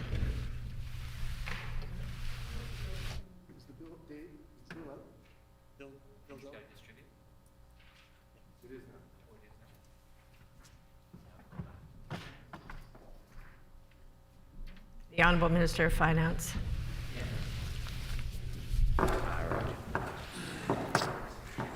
Thank you, Madam Speaker. I move, seconded by the Minister of Justice, Attorney General, that Bill number 20, the Supplementary Appropriation Act 2021-2022, be now read a second time and be referred to Committee of the Whole.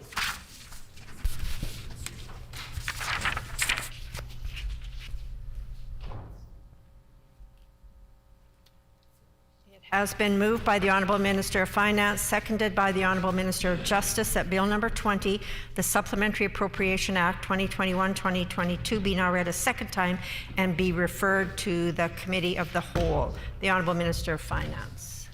Debate, right?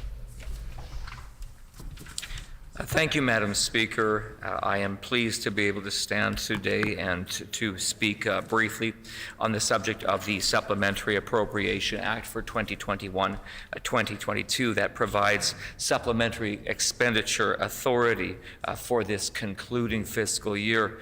The amount of supplementary operating expenditure authority is $225 million.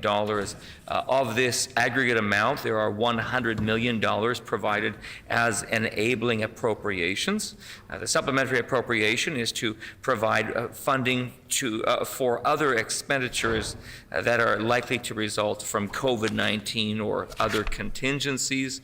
The bill provides $75 million for early learning and childcare, including the funding for the Canada-Manitoba Canada-wide Early Learning and Child Care Agreement, the CMCW-ELCCA, and funding to support the recruitment and retention of qualified early learning and child care workforce.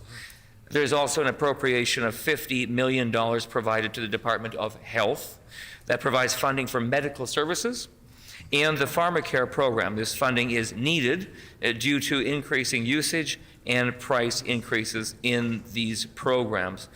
When the bill reaches the committee stage, I can provide members with a section-by-section explanation. Thank you, Madam Speaker. Do members wish to ask questions on the bill? The Honourable Member, a question period then of up to 15 minutes will be held. Questions may be addressed to the Minister by any member in the following sequence. First question by the official opposition critic or designate. Subsequent questions asked by critics or designates from other recognized opposition parties.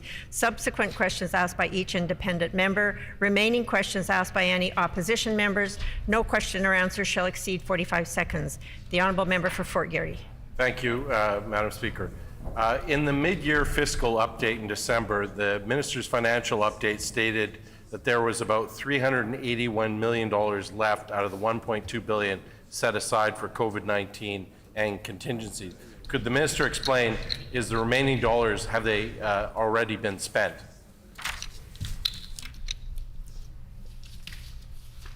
The Honourable Minister of Finance. Thank you, Madam Speaker. As I indicated in my remarks, this government has responded and responded very significantly to the challenge of COVID-19. We, of course, included in our budgetary estimates the additional monies to help respond to those challenges, but we are forecasting at this point to spend to year end. So, Madam Speaker, we voted authority, but this is additional authority in case it is needed. The Honourable Member for River Heights. Madam Speaker, just a question on the allocation for education and early childhood learning. A little more detail about what these expenditures will be, and are they related to, in any way, to the increased federal expenditures on early learning, education and early childhood learning? The Honourable Minister of Finance. I'm happy to provide additional detail later on as well during Committee of the Whole, but I can say that there's just over $60 million here in funding for that Canada-Manitoba it's the Canada-Manitoba Canada-wide Early Learning and Child Care Agreement, $15 million more for the Early Childhood Workforce Agreement. These are the agreements that the Minister announced in late February that had been reached. We're very proud to have those negotiations concluded. And of course, as always, the public accounts will detail all spending, and budget will provide forecast updates. The Honourable Member for Fort Garry. I wonder if the Minister can break down for this House the $381 million that was supposed to have still been in existence in December of last year. The Honourable Minister of Finance. Thank you, Madam Speaker. In the 40 seconds allotted to me, no, I will not be able to break down $381 million, but I'm very happy to start on that and indicate to that member and all the members of this House that this government undertook the very serious and prompt work of responding to a global pandemic. Those funds that were held in internal service adjustment were allocated to such priorities as PPE, as vaccine and vaccine supplies, standing up vaccination centers, campaigns to notify Canadians or Manitobans of what resources were available to them, doctor tariffs that allowed doctors to see their physicians virtually, hiring of nurses. The list goes on and on and on, and I'm happy to provide whatever detail this afternoon allows me to. Honourable Member for River Heights. Just a clarification on the expenditures in relationship to health. The minister mentions that some of that may be used for hiring of nurses. Is that $50 million also related to a federal-provincial agreement? Honourable Minister of Finance. The $50 million that is being voted for health appropriations includes $24 million for medical services. So we know that these are related to price and volume for fee-for-service remuneration, but also $26 million for the pharmacare program, also due to volume and price increases. None of this is related to a federal-provincial agreement. The Honourable Member for Fort Garry. Can the minister advise whether the $381 million that was set aside for COVID-19 has been completely spent at this point? Well, Minister of Finance.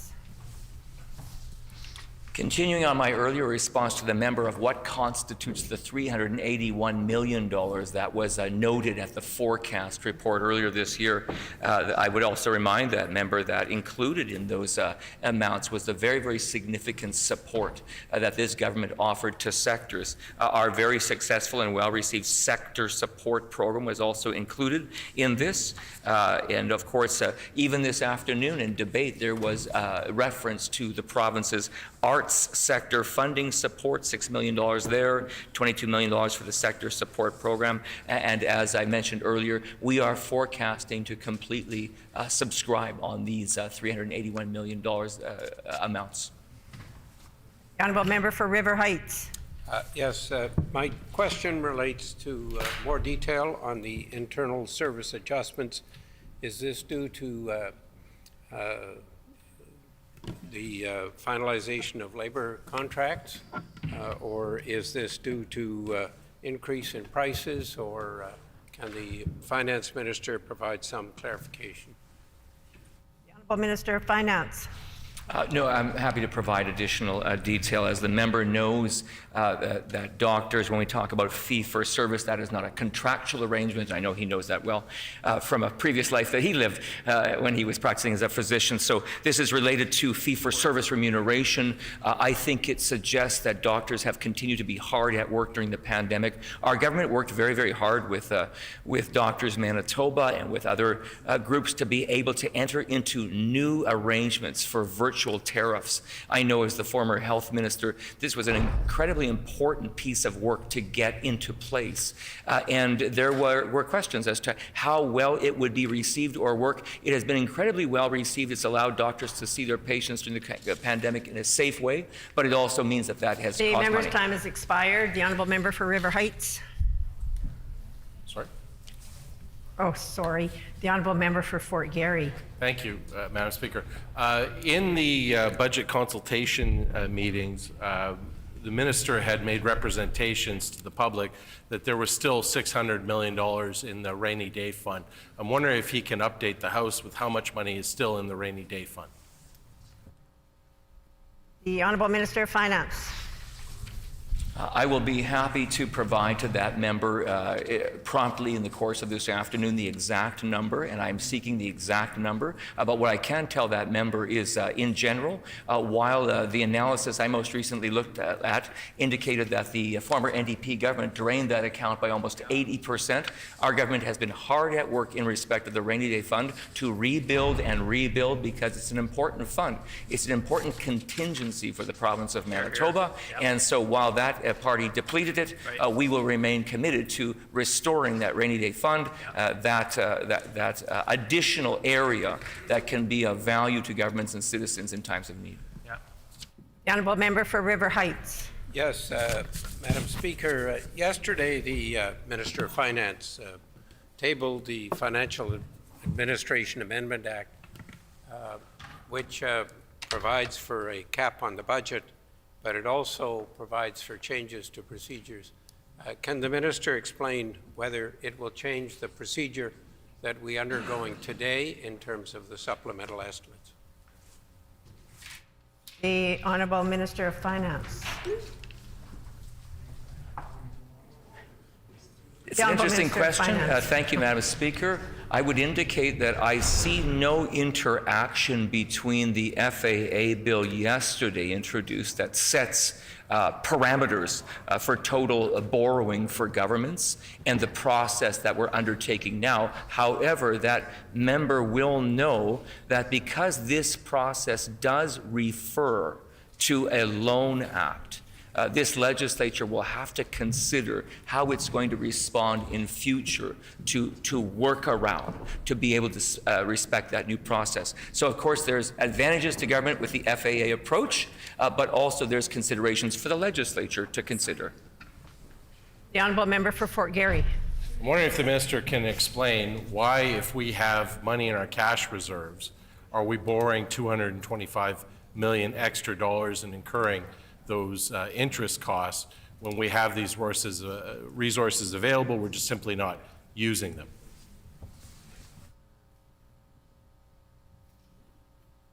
The Honourable Minister of Finance. I want to remind that member that the appropriations that are being sought today in way of these supplementary appropriations are much, much more modest than the 3 that were sought last year. There was a reason that larger appropriations were sought. That member knows how government finance works, that there's controls not only on the amount of voted expenditure authority, but also in the categories of that authority, which means that there is not a direct link between those amounts being sought today and those buckets into which previous authority was sought. It's very important to make that distinction. So it's a more modest amount being sought today, but an important amount nonetheless. The honourable member for River Heights. Yeah, I just further clarification request with regard to the Financial Administration Act. That act would mean that we would not need, in many cases, the Loan Act. Is that what the Minister of Finance is saying? And what sort of changes would have to happen if that's the case?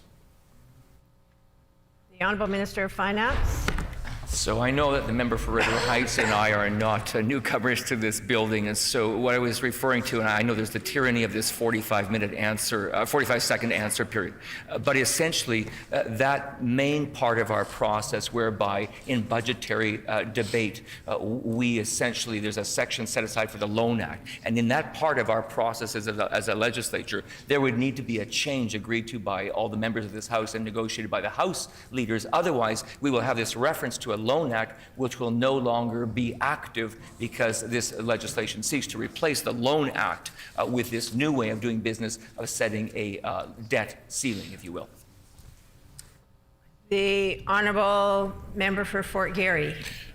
The minister had indicated he's setting aside $100 million for internal service adjustments. I wonder if he can break down exactly what that money is going to be used for.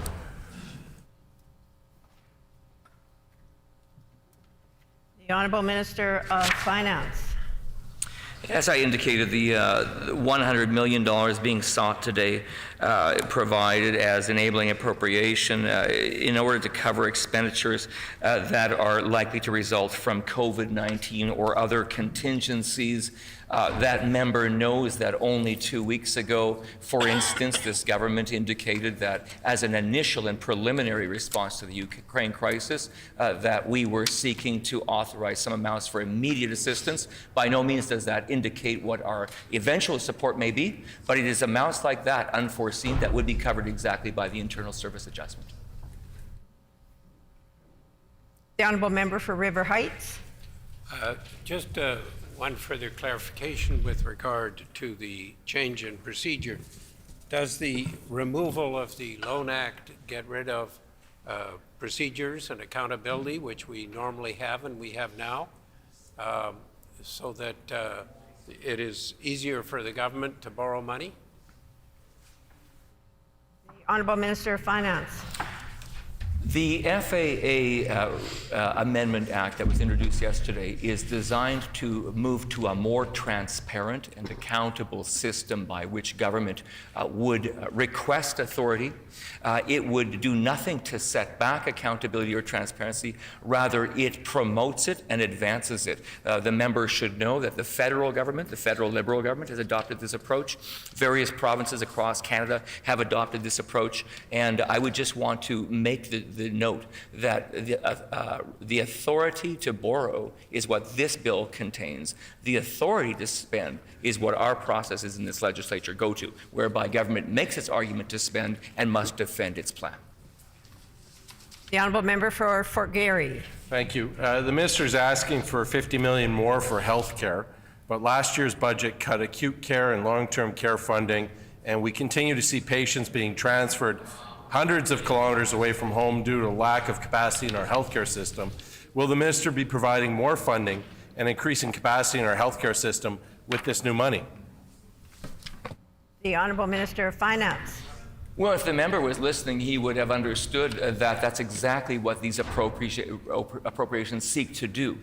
We reject his line of thought here among cuts because he knows full well this government is investing annually almost $1 billion more now in health care than the former NDP government ever invested in healthcare. But even now, in these supplementary appropriations, more money for doctors' fees, more money for our pharmacare program, more money for surgeries and procedures, and much, much more.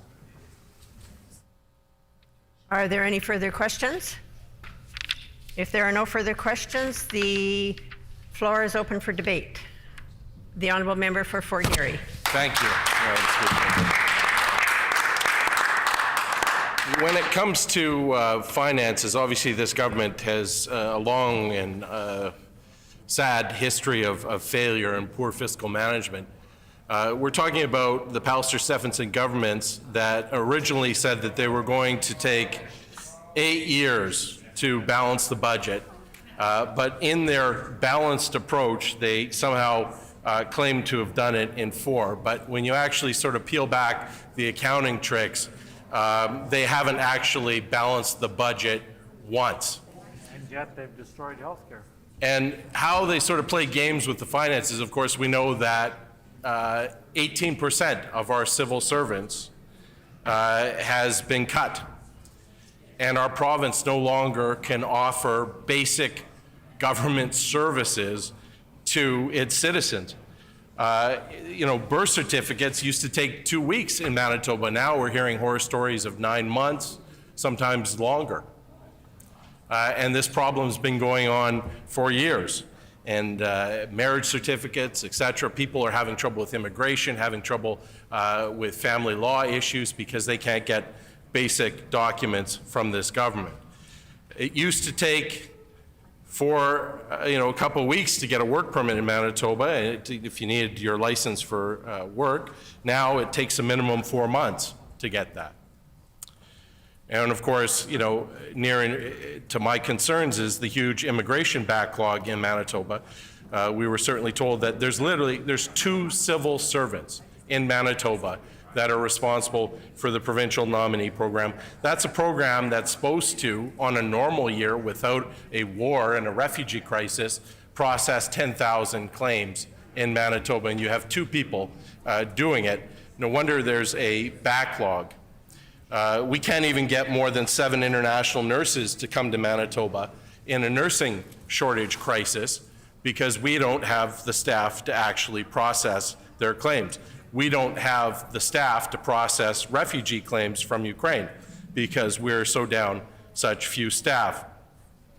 And this government has refused in 6 years to staff up these departments. These are all policy choices. The government is basically saying that they're okay with a lack of service and the disruption and the pain often that it causes. Of course, more tragically, they've also cut and privatized road maintenance and snow clearing. Our roads are not safe. Obviously, the tragedies of the roadway have hit very close to home to this chamber, and you would think that that would sharpen the government's resolve into acting, and of course, it simply hasn't. And they're allowing these things to occur, and of course, yesterday was a 20-car pileup. I mean, people get hurt when we don't take governing seriously, when we don't staff our services properly. So the second way that they have tried to manage the province obviously was, reduced staff complement, but it's also cuts to healthcare and education and infrastructure. So this government has not kept up with the rate of inflation in the education system. They haven't kept up with the rate of inflation in the healthcare system, and they certainly have let our infrastructure deficit balloon. You don't have to look very far other than the municipalities. I think the city of Winnipeg projects an $11 billion deficit. I think the provincial infrastructure deficit is even more than that.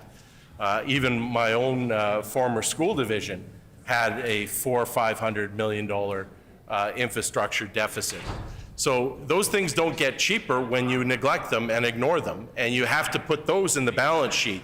You can't say that you have a balanced budget when you're allowing the province to literally crumble around you.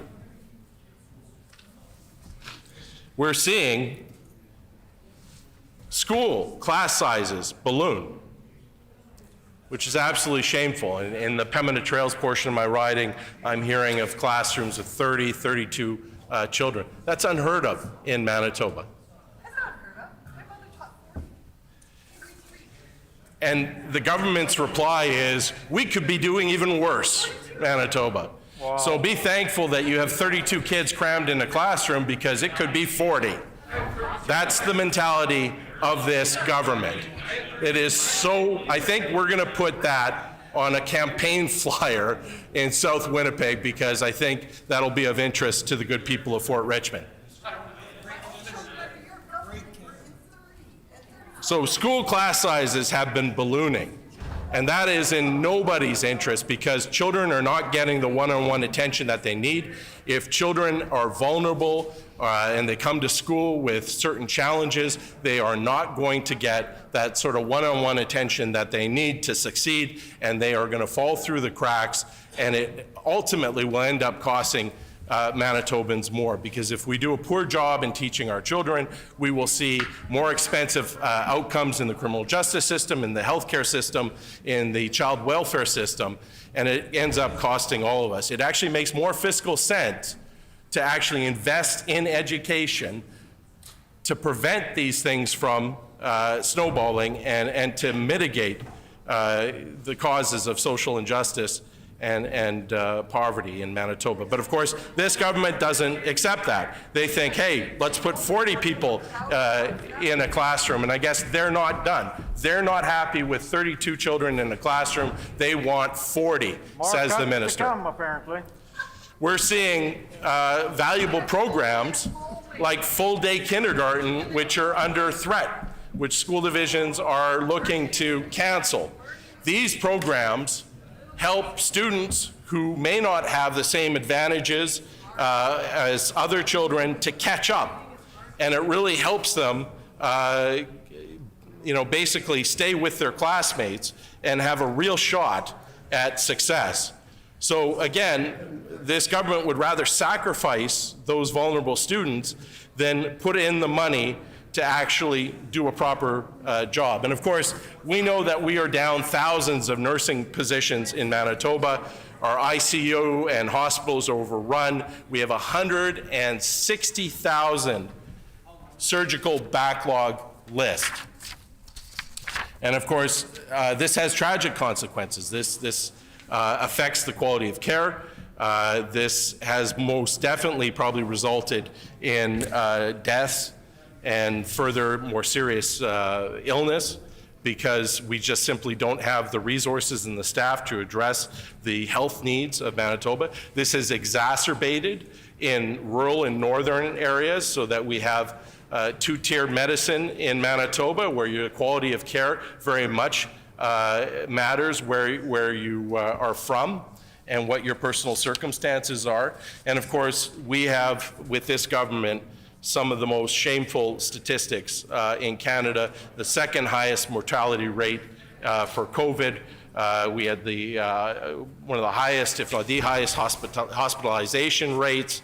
And we even now have the highest rate of infections across Canada. We had some of the deadliest long-term care facilities during COVID. And of course, there's no accident about that. That's due to cuts and underfunding. We can't staff any of these institutions because of nursing shortages and burnout. I had a friend of mine who just recently graduated as a registered nurse, and she was apprenticing in eye surgery. And the minute she finished, they were going to move her into an ICU unit, even though she had no training. And thankfully, people in her facility were able to prevent that and allow her to actually develop in a normal professional way in a responsible environment. But that's how it's desperate it has got in Manitoba, where we are sort of fighting over nurses because this government has let this problem develop into a crisis. So that's how this government saved money. So they saved money by firing civil service and then providing poor quality civil service. And then third, the civil servants that they didn't fire, they said, hey, let's just fight with them. Let's take from them, actually wage theft, I believe is the expression, where you had negotiated a contract in good faith, that you were getting a cost of living increase to deal with rising inflation, and then what does this government do? Says, no, we don't agree with contracts, we don't agree, our word isn't our bond, and you can't have your cost of living increase. We don't care if Manitoba families can keep up with inflation and the cost of living. And of course, you know, this government spent 6 years fighting with various civil servants about this, and of course they lost.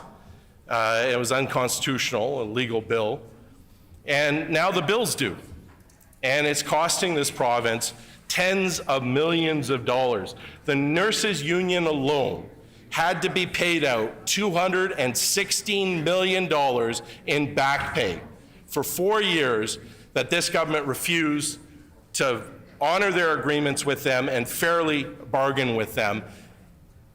Teachers just received a large settlement, tens of millions of dollars, to the point where basically school divisions were insolvent because they couldn't absorb the extra costs and were restricted by this government from actually raising their own money to cover what the government had done for them. This is going to go into the tens of millions of dollars. If you add up just the nurses and the teachers, you're talking $300 million or more of back pay that this government owed Manitobans. You can't claim to have slayed the deficit when you had this bill that wasn't paid, just like you can't claim you slayed the deficit when you were allowing our infrastructure to crumble into the ground and not repair it. It's basically accounting games. It's not real. So, and then the next wonderful fiscal idea of this government is to cut taxes during this period of time. And they pat themselves routinely on the back that they've cut almost $2 billion in taxes. But of course, whose taxes did they cut? They cut the wealthiest Manitobans' taxes, right? The wealthiest Manitobans receive the lion's share of every single one of this government's tax cuts. And what that means is they have pushed the tax burden off of people who can afford to pay onto people who can't. Manitobans who don't have fancy tax lawyers or expensive accounting firms can't claim deductions and everything that the wealthy Manitobans can, and therefore end up paying a higher proportion of their income in tax to Manitoba. This is rigging the Manitoba economy. It is making it less fair. And of course, we have the infamous scandal of Brian Pallister, the Premier, cutting his taxes by $7,000 for his mansion on Wellington Crescent, among others, when the average Manitoban saw a fraction of that. We have a Premier who is a large commercial landlord. A large commercial landlord who, as housing minister, was selling off affordable housing stock, was standing by and allowing 100% above guideline rent increase so private landlords could get a windfall, and did not build in 6 years. 6 years with this government did not build one affordable housing unit, and then didn't disclose $31 million in transactions. Order. Yeah. Order. Now, the... Order, please. Order. We're seeing renovation. Order, please. Order. I'm going to ask members for their cooperation. While members may not like comments that are being made in the House, that is no reason to try to drown them out with heckling. So I'm going to ask for everybody's cooperation. Nobody likes to get heckled down. We have differences of opinion, and everybody is privileged to have differences of opinion, but respecting those differences of opinion are what we should be able to show in this House. So I'm going to ask for everybody's cooperation, please.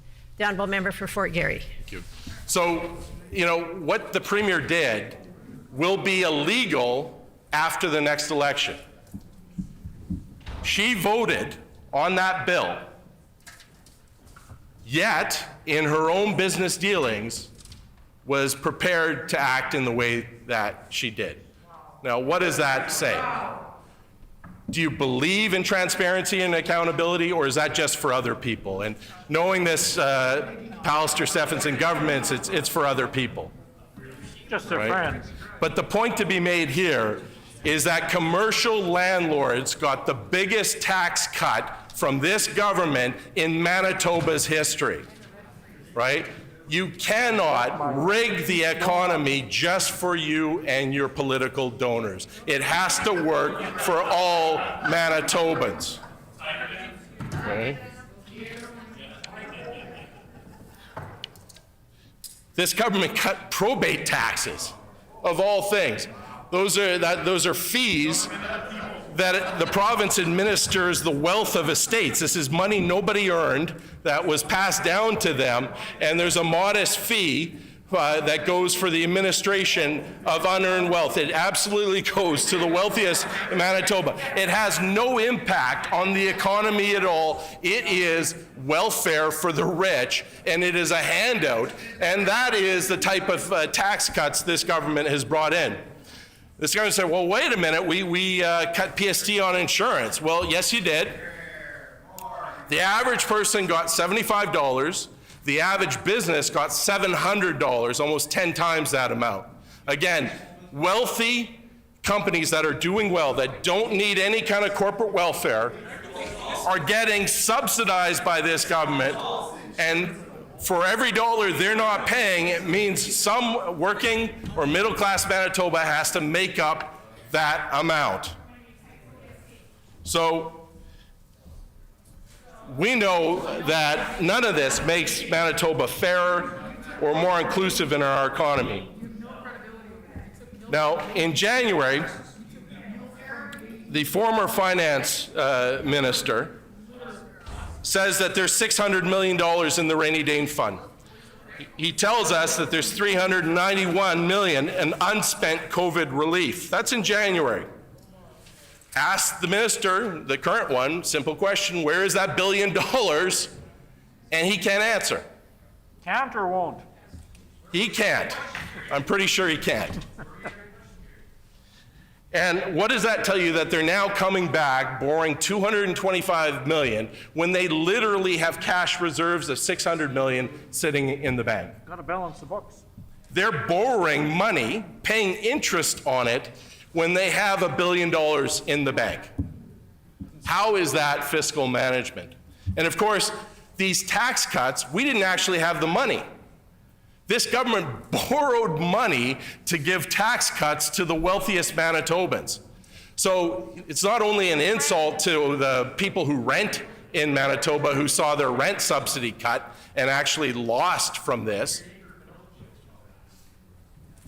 They're going to have to, and their children are going to have to pay the interest for large commercial landlords like our premier, or wealthy landlords who own estates like our former premier.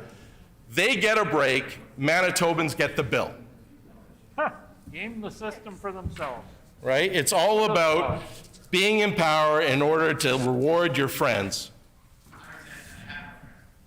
And I respect that. It's the first honest thing he said in this house. So.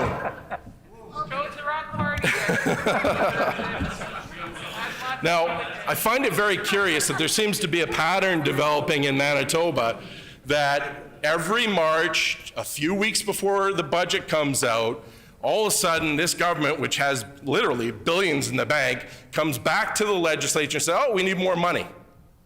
Well, really? And when we ask, well, what happened to the $1 billion in the bank, they have no answers. Right?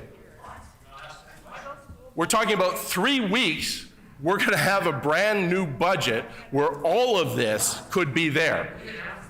So why is this government doing this year after year? Well, I think the answer is obvious. Again, this is more accounting games. They do not want Manitobans to see another $225 million on the books for the next budget, and they're trying to hide it by putting it in the previous year. Right? This is, again, what this government does. It's all press release politics, and it's shuffling money around. And of course, who loses is Manitobans. So when we look at what we've actually been given here, another $100 million in internal service adjustments, which the government says, well, they don't know what they're going to need in 3 weeks for $100 million. Well, then why ask for it? Right? And we know why, because they have no intention of actually spending any of it, and it's going to sit in a bank account. We have seen over the past year and over the course of the pandemic that the needs of Manitobans have not been met. Our healthcare system was on the brink of collapse, where we actually had to shamefully send 57 ICU patients out of province. And that hasn't been corrected. We're now highway medicine. We have people being shipped all over Manitoba because our hospital space can't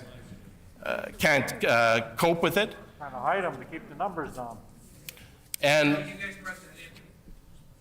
this government had the money. They had that $1 billion sitting in the bank, and they refused to spend it. We don't need 32 kids in a classroom. But this government won't fix a fixable problem. You know, our schools, and my colleague from Transcona is very passionate about that, they haven't been given the tools that they need. They need infrastructure upgrades. They need air and filtration upgrades that cost money. But this government isn't prepared to protect children because that costs money. So not only has this government not ever actually balanced a budget, they've borrowed money for rich people tax cuts. They have paid consultants. They've spent a lot of money on corporate welfare and on consultancy. And Manitobans are poorer for it.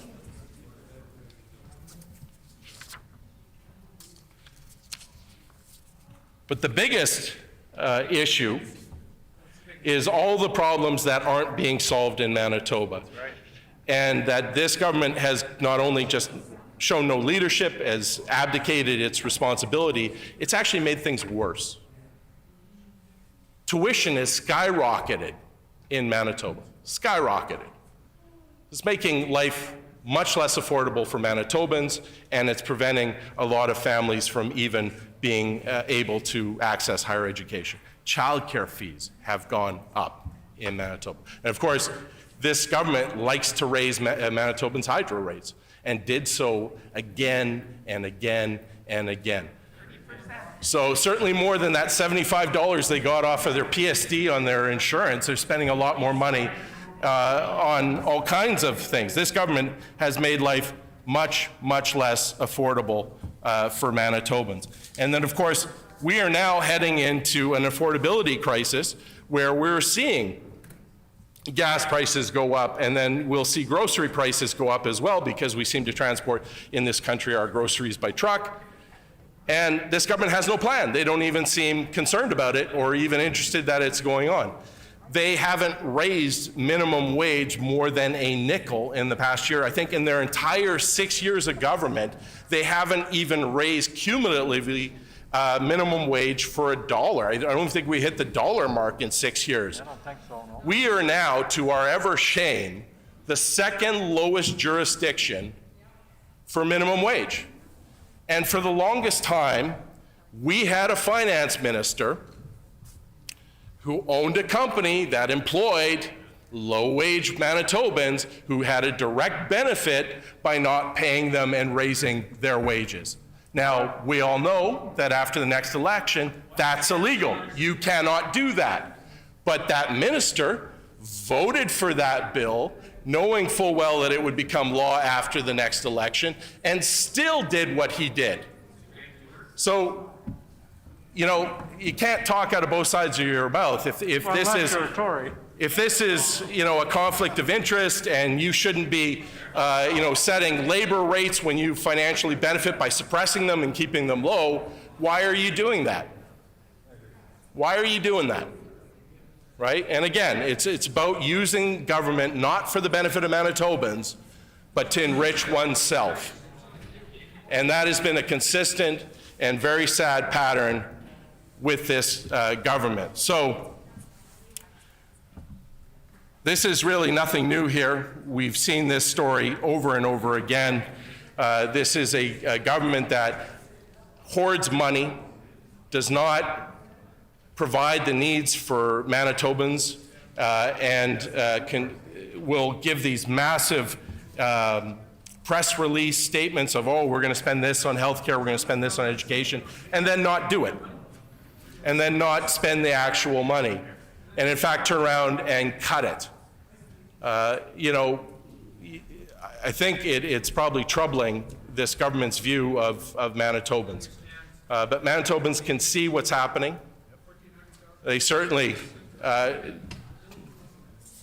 don't believe that it reflects their values, and they know that the Manitoba NDP is here to fight for them and make sure that these problems get fixed, and help is on the way. So with those few comments, thank you, Madam Speaker.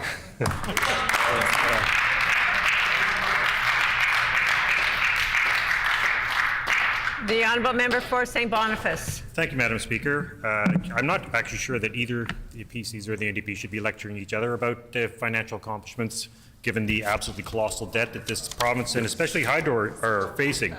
And I especially want to address this in terms of Hydro, because you know there's been lots of blaming the NDP about their role in Hydro's in the overruns and the debt that Hydro has racked up.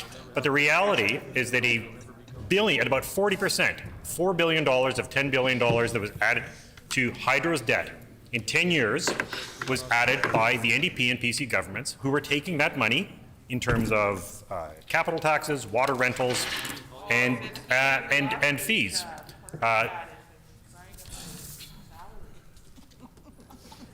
I was never actually doing that, but whatever. So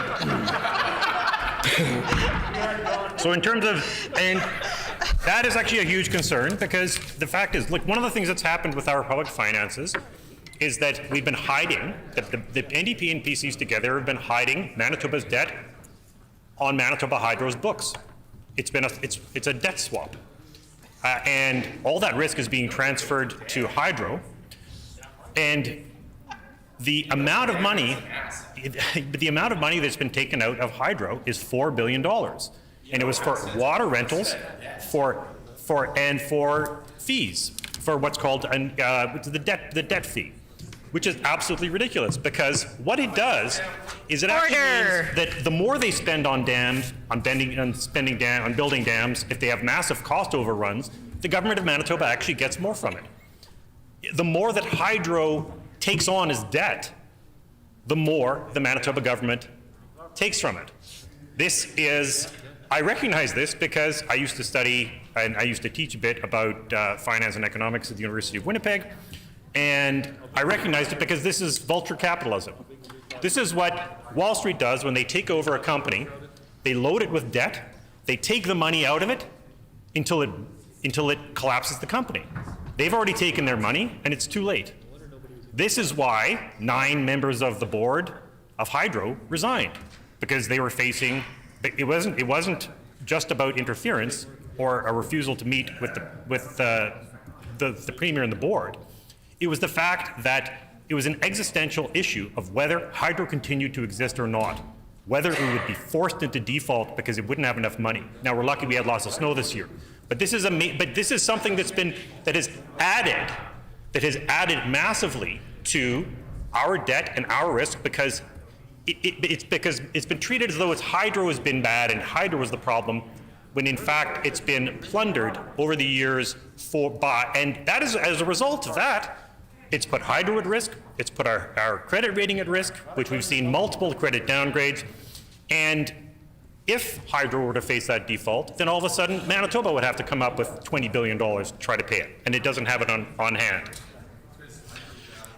When you also, the other thing about it is we talk about tax breaks tax breaks, which have also been an issue. Look, the NDP did exactly the same things. They also cut property taxes. They also ignored and let claims go through the Residential Tenancies Board.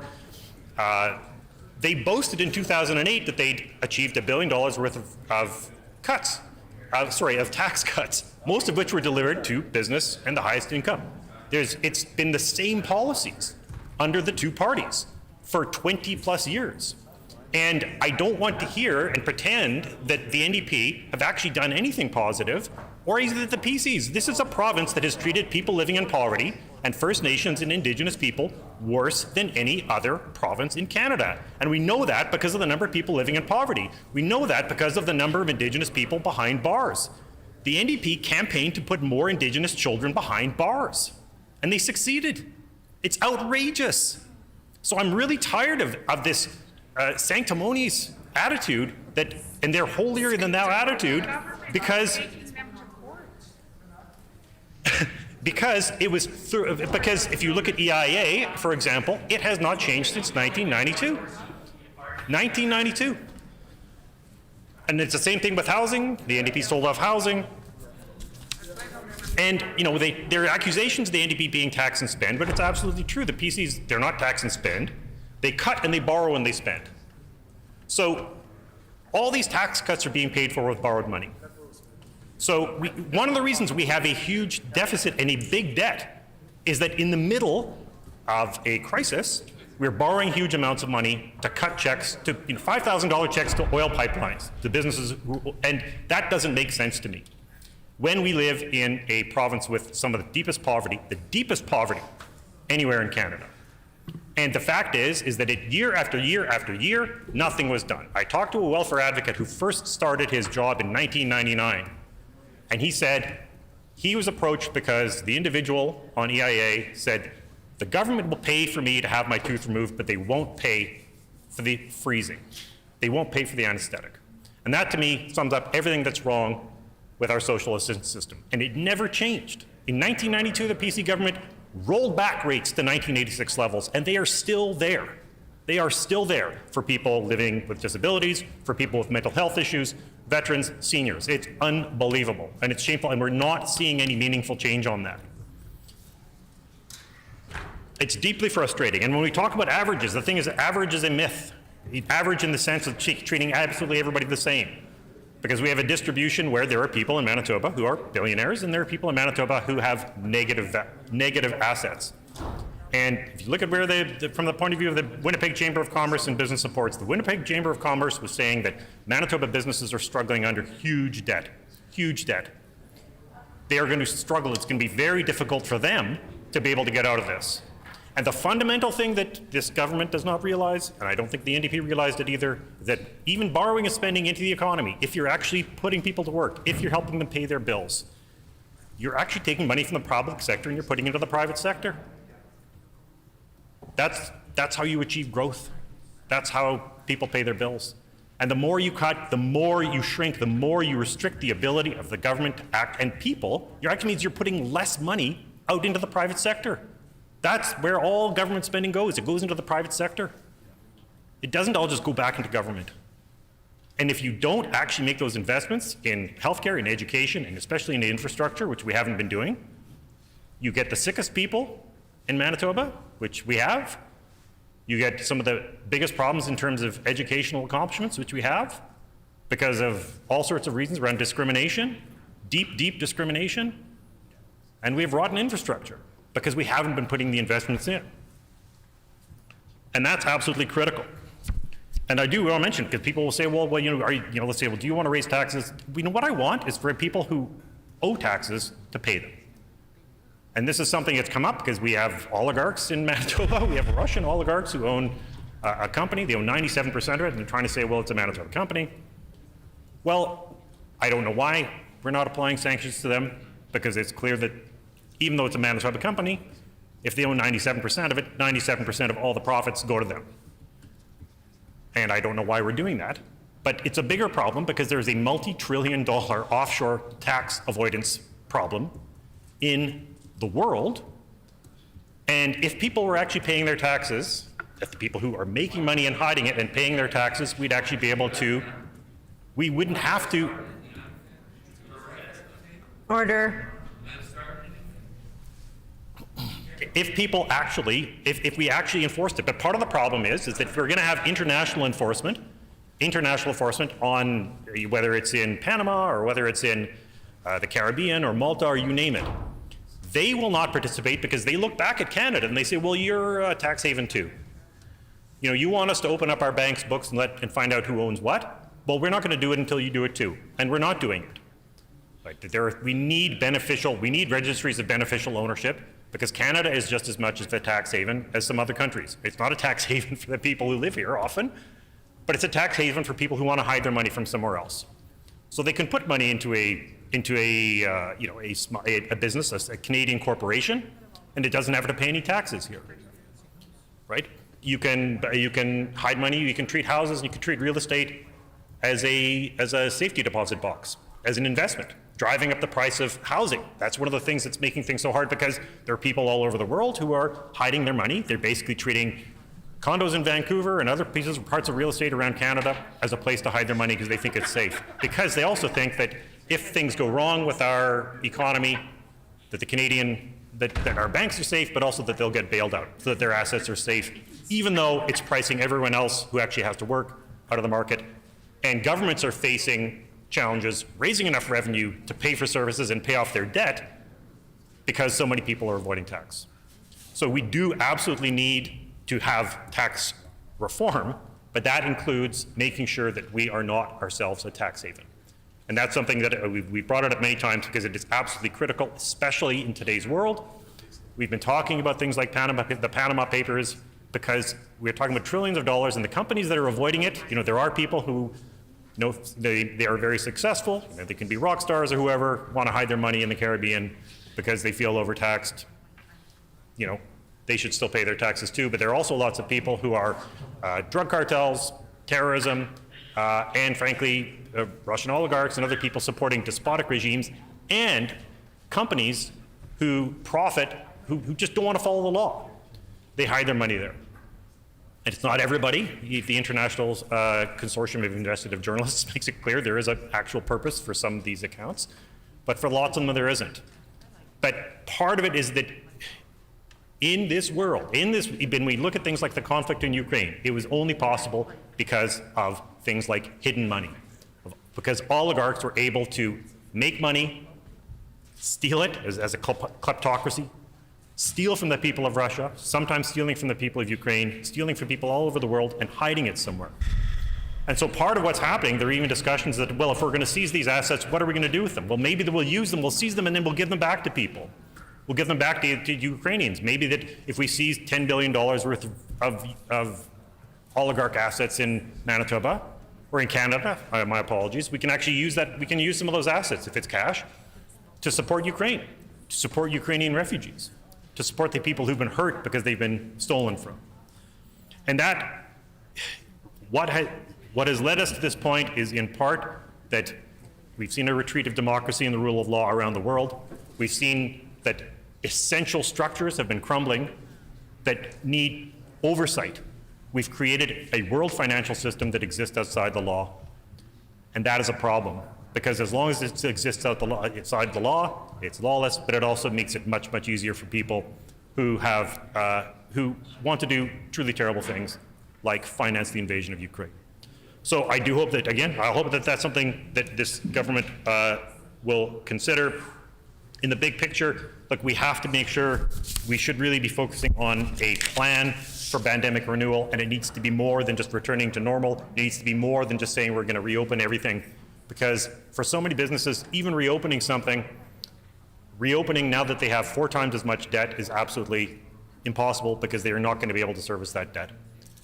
And this is absolutely critical. There's so much more we can do, but we haven't, because the focus has overwhelmingly been on now 40 years of what are called trickle-down economics, which J.K. Galbraith said it's like stuffing a horse with oats and saying how great it'll be for the sparrows at the other end.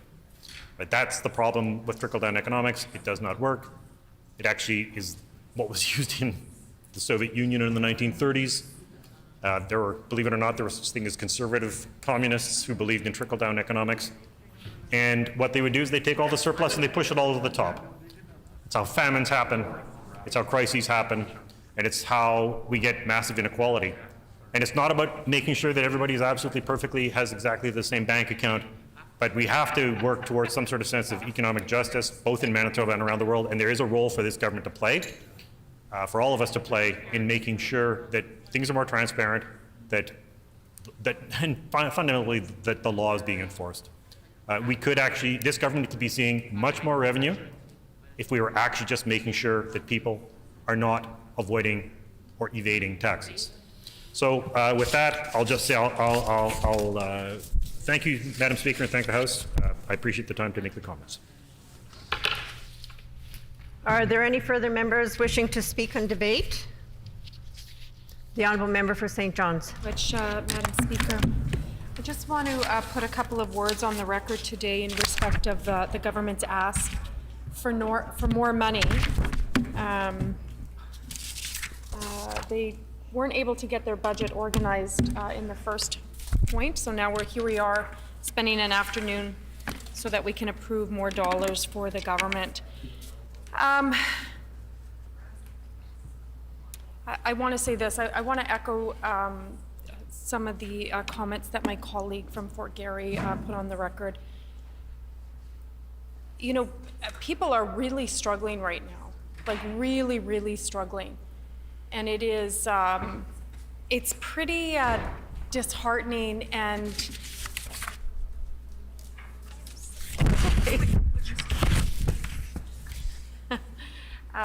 sorry, Madam Speaker.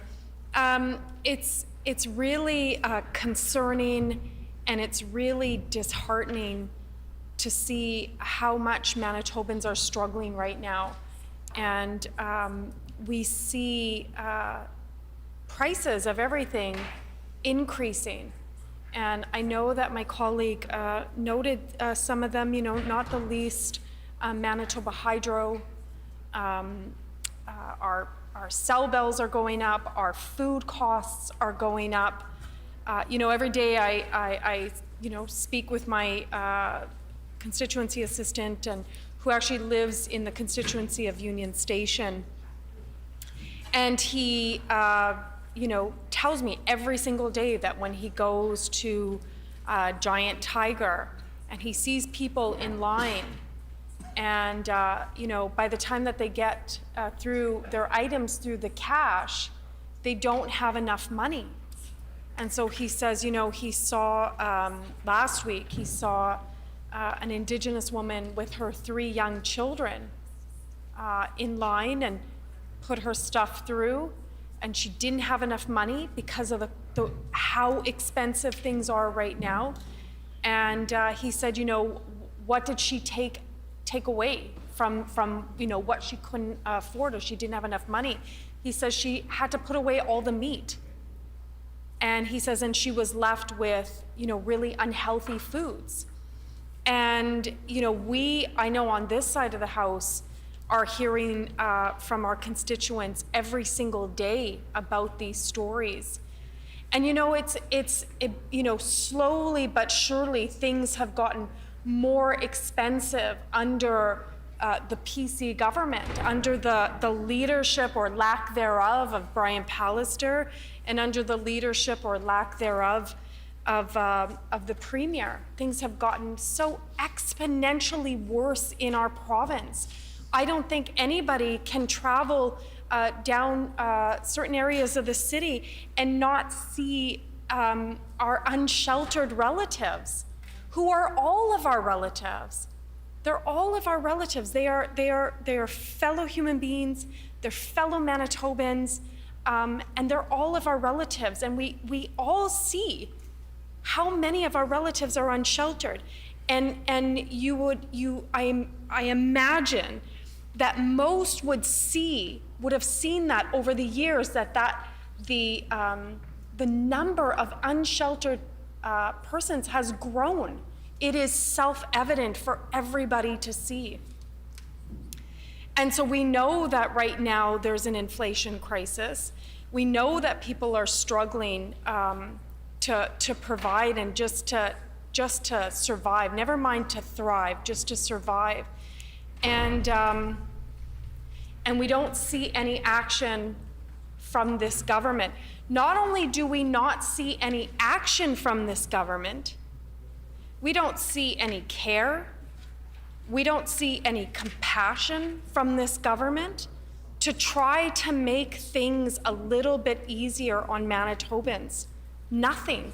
I have said this many times in the House that, since 2016, I believe it was, 2016, 2017, Brian Pallister didn't believe that Manitobans working minimum wage jobs, and again, 2 or 3 minimum wage jobs, Brian Pallister didn't believe that those Manitobans deserved a raise. And so he didn't raise the minimum wage in 2016. He didn't raise the minimum wage in 2017. And I can't remember the first time that he raised it. Maybe it was 25 cents. I can't remember. Or it was 35 cents. I can't remember at the time, Madam Speaker. But the point is that since 2016 to this very moment, the PC government, again, under the leadership of Brian Pallister and under the current leadership of the Premier, has only raised the minimum wage by 95 cents. It is unconscionable that a government can care so little about Manitobans, can care so little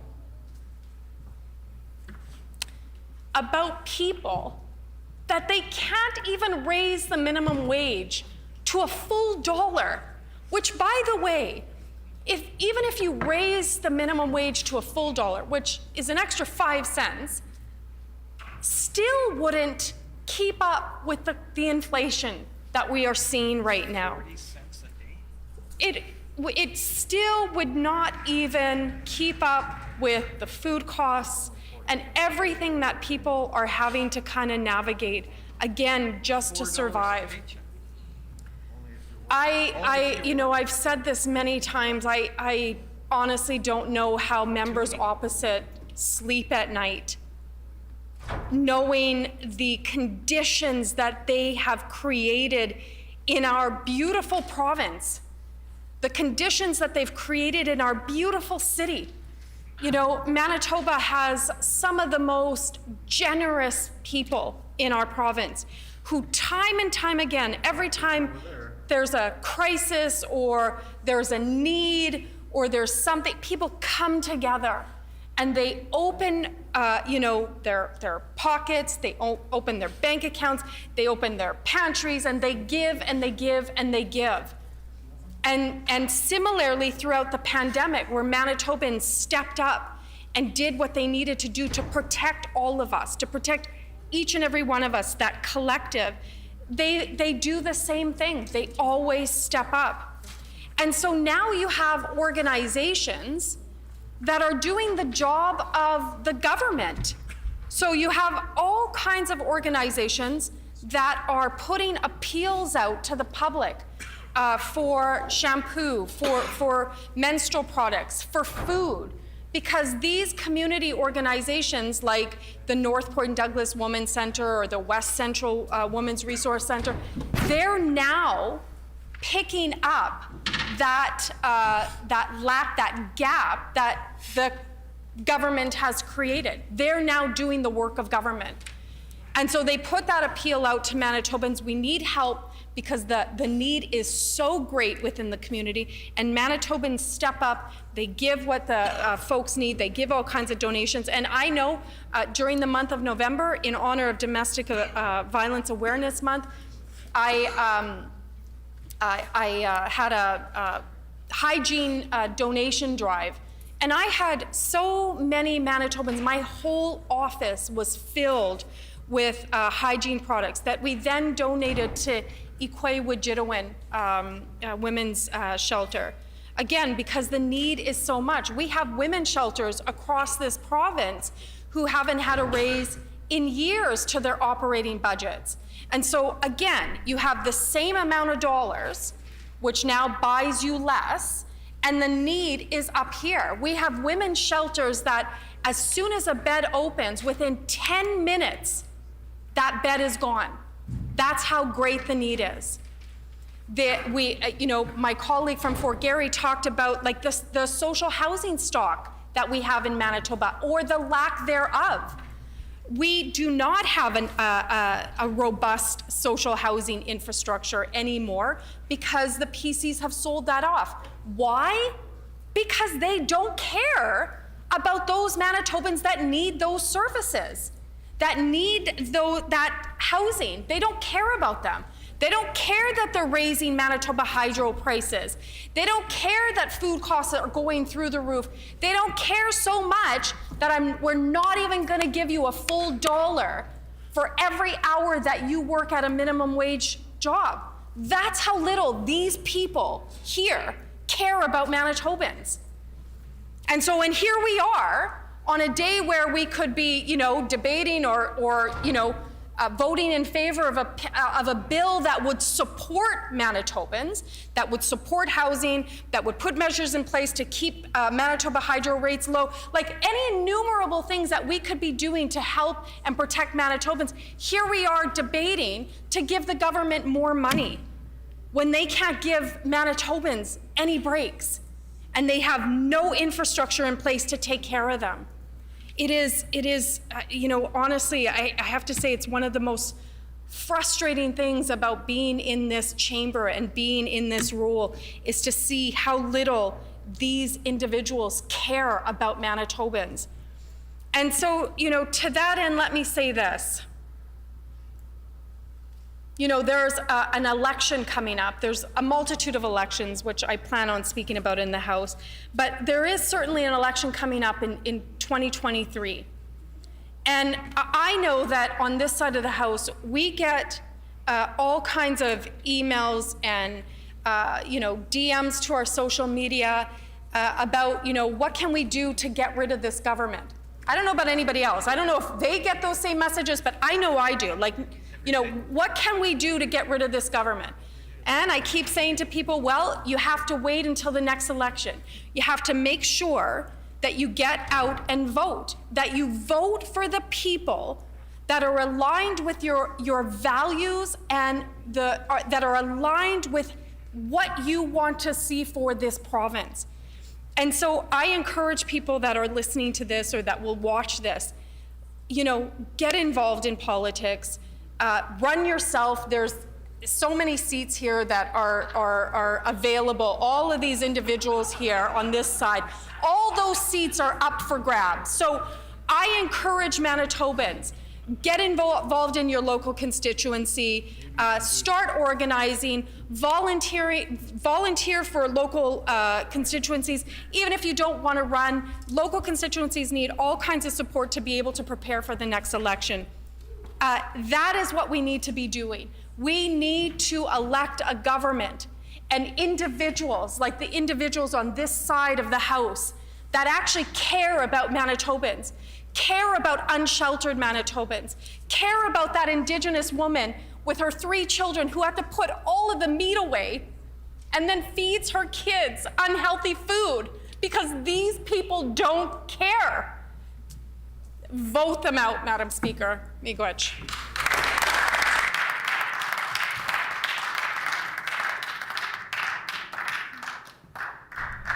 The Honourable Member for Kiiwetinoong. Thank you, Madam Speaker.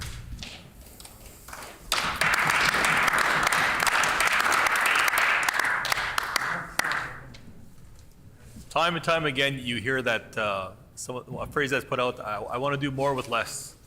More with less. And ultimately, Madam Speaker, this government does less with less. And that's just the fact of how things go.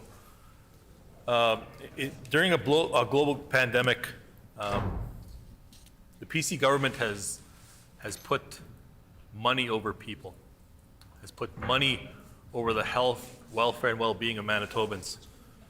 And it's just shameful to be able to sit here in 2022, and there's been a number of issues that you've seen in society. I can't believe we're doing this in the year 2022. And it's no different than in describing the actions of this government or the inactions of this government. Less with less ultimately is what this comes down to being. Healthcare has been top of mind. It's been top of mind prior to COVID. It's been top of mind during COVID. And the cuts that this government has done prior to the pandemic, the cuts that they've done during the pandemic, have just been exasperated and amplified even more so. Yet we sit here today with the government and the Minister of Finance asking for more money because of the pandemic, because we need to do this, we need to do that. Do you not realize, do you not know there's a global pandemic going on? That's why we need more money. Well, is that in fact true? Are you in fact spending all the money that you're asking for? Have you spent all the money that you have been given? I remember standing in this chamber and asking the question when it was raised about asking for money, additional federal dollars, additional health federal dollars. And the question was simple. Are you in fact spending the money that you're already getting on healthcare? And it was a question that was just ignored. And it was very simple. If you truly needed more money because you've totally exhausted absolutely everything you have at your disposal, then that's understandable. But that's absolutely not the case here, Madam Speaker. Instead, at the expense of the health and well-being of Manitobans, this government is taking the opportunity to hoard money so they could somehow, at some point in time, miraculously come out at the end of hopefully this pandemic ending very soon, come out at the end and say, look at our financial position, we're doing great. Well, tell that now to the hundreds and going into the thousands of Manitobans that have lost their lives during this pandemic. Because that answer is absolutely unacceptable. Because that dollar you save today at the health and expense of those people is unacceptable. One life lost to COVID was unacceptable. One life lost to the cuts in healthcare is unacceptable.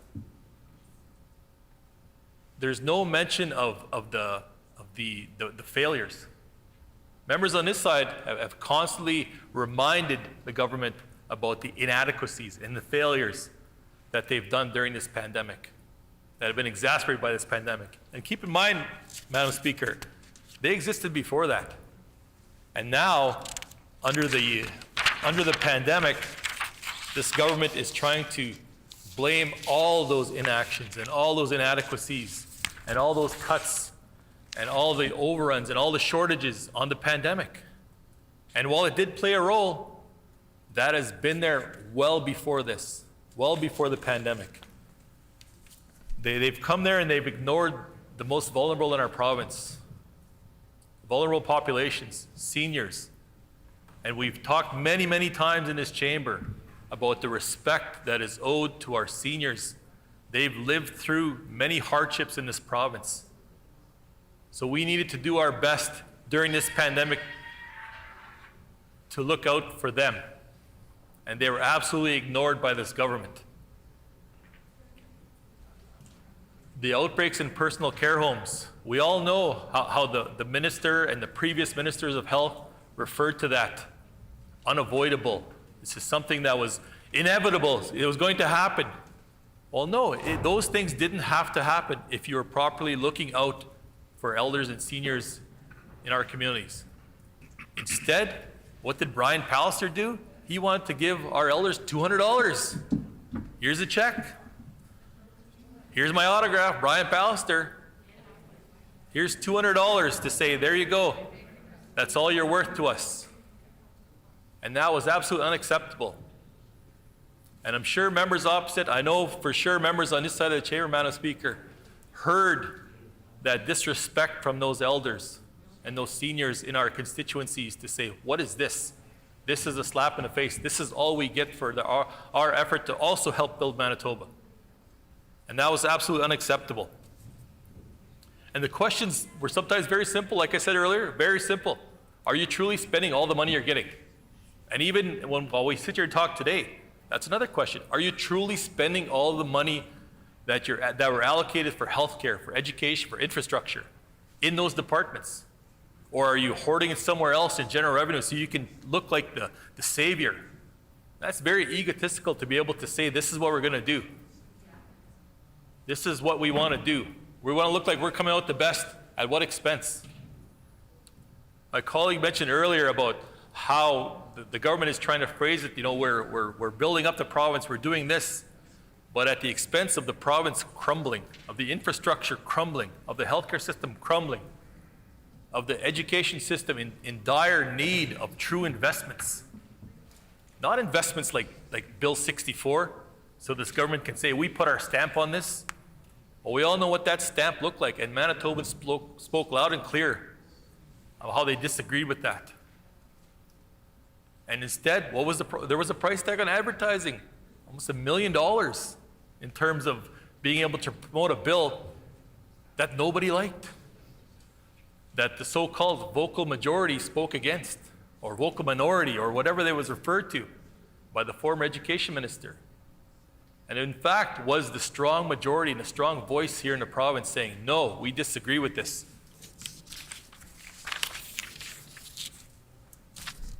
Madam Speaker, when we talk about investments in Manitoba and being able to invest in healthcare, invest in education, and we sit here in forums such as this and ask for additional funds, we need to acknowledge and we need to recognize truly where those funds need to be invested. I stand here as an MLA representing Northern Manitoba to be able to say, well, where's this investment in Northern Manitoba? Where's this investment in the roads and infrastructure in Northern Manitoba? I heard earlier the Minister for Infrastructure talk about 4 hours. 4 hours is when the roads will be done. Well, he's talking about the perimeter. Just so you know, Manitoba exists outside of the perimeter. Manitoba exists in central Manitoba, in northern Manitoba, in rural Manitoba. So when we hear 4 hours to be able to get out there, well, no, that's not the case. In some cases, 4 days has been difficult to be able to get that done. So where is that investment? Where is that investment in northern Manitoba? Where is that investment in healthcare in northern Manitoba? Instead, what have we done in some cases with healthcare? We've shipped patients from southern Manitoba to northern Manitoba, further away from their families. Better health care closer to home was a slogan that was brought out by this government, and it's non-existent. There is nothing closer to home than having to travel 8 hours to go see a loved one. On roads that aren't plowed, on roads that are crumbling. If you truly need more investment, then make that investment, make that promise, make that commitment, not just on paper, but an actual dollar amount to say this is what we're going to do. There's no department of announcements, but that seems to be a department that needs to be created on that side because that's all it is sometimes. We make the commitment, we make the announcement, but there's no actual hard funds to be able to say this is what we're done. And understandable in question period here in the House, it's very limited to be able to get a concrete answer and a concrete commitment other than to say we're going to do this, stay tuned. But we need the investments here in Manitoba today. So as we sit here and we talk about being able to ask for additional funds because we're in dire need. We're in dire need in healthcare, in education, in infrastructure. Well, it show us that in fact you're actually spending all the money you can. You're exhausting all your resources to say we truly need help because we're maxed out here. But instead, we're maxed out here because we want to keep our rainy day fund in the hundreds of millions of dollars. Well, you know what? It's pouring. It's not just raining. It's pouring here today. So let's get there and truly exhaust what we have rather than come and saying, we need more, we need more. Well, spend what you have. And not just figuratively, but literally, our province this summer was burning. And there was no investment to be able to say we're going to increase that support. In fact, it was being told that it was a job well done. And in fact, it truly was a job well done by the limited amount of people that we have on the ground now because of cuts of this government. That job could have been a lot greater, had a lot more positive impact. There's just less people there. There's just less people to fight a fire, to fight a flood, to clear the roads because of cuts of this government. Yet, we're standing here asking about, we need more money, but no commitment to hire those people back, no commitment to create new employment, other than saying, this is what we're going to do, trust us. Well, you haven't done anything yet to show that you in fact deserve that trust of Manitobans. Nothing. In fact, at every opportunity, you've thrown Manitobans under the bus for your convenience, and that's unacceptable. So, Madam Speaker, with those few words today, I just wanted to reiterate the fact that at the end of the day, you are doing less with less. You're not doing more with less. You're not doing more with more. You're doing, in fact, less with less because that's how you're trying to govern. You're trying to govern yourselves on limited funds, limited access, and limited assistance for the people of Manitoba.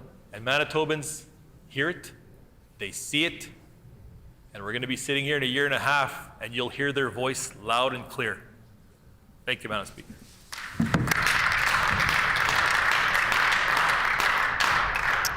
The Honourable Member for Transcona. Thank you, Madam Speaker. It's always a pleasure to get up in this House and put a few words on the record, especially representing the fine people of Transcona. I also want to thank every member of this House that has risen this afternoon to speak to this supplementary appropriation that the government is asking for. All the Manitobans are frustrated. There doesn't seem to be any kind of roadmap that's being laid out by this current government regarding fiscal matters, regarding health care, regarding public education. They're frustrated because in a pandemic, we need a government to exhibit leadership, show some care, some compassion, understanding the everyday challenges that Manitoba and Transcona families are facing. I will say I recall the former premier standing on the site of Park Manor Personal Care Home in 2016 underneath the expansion sign, raising the hopes of residents. Of course, a plan that was spearheaded by the former member for Transcona, former Speaker, Madam Speaker, who worked for years on that plan in order to get it ready, because we knew that our part of the world required investment in that area. Why?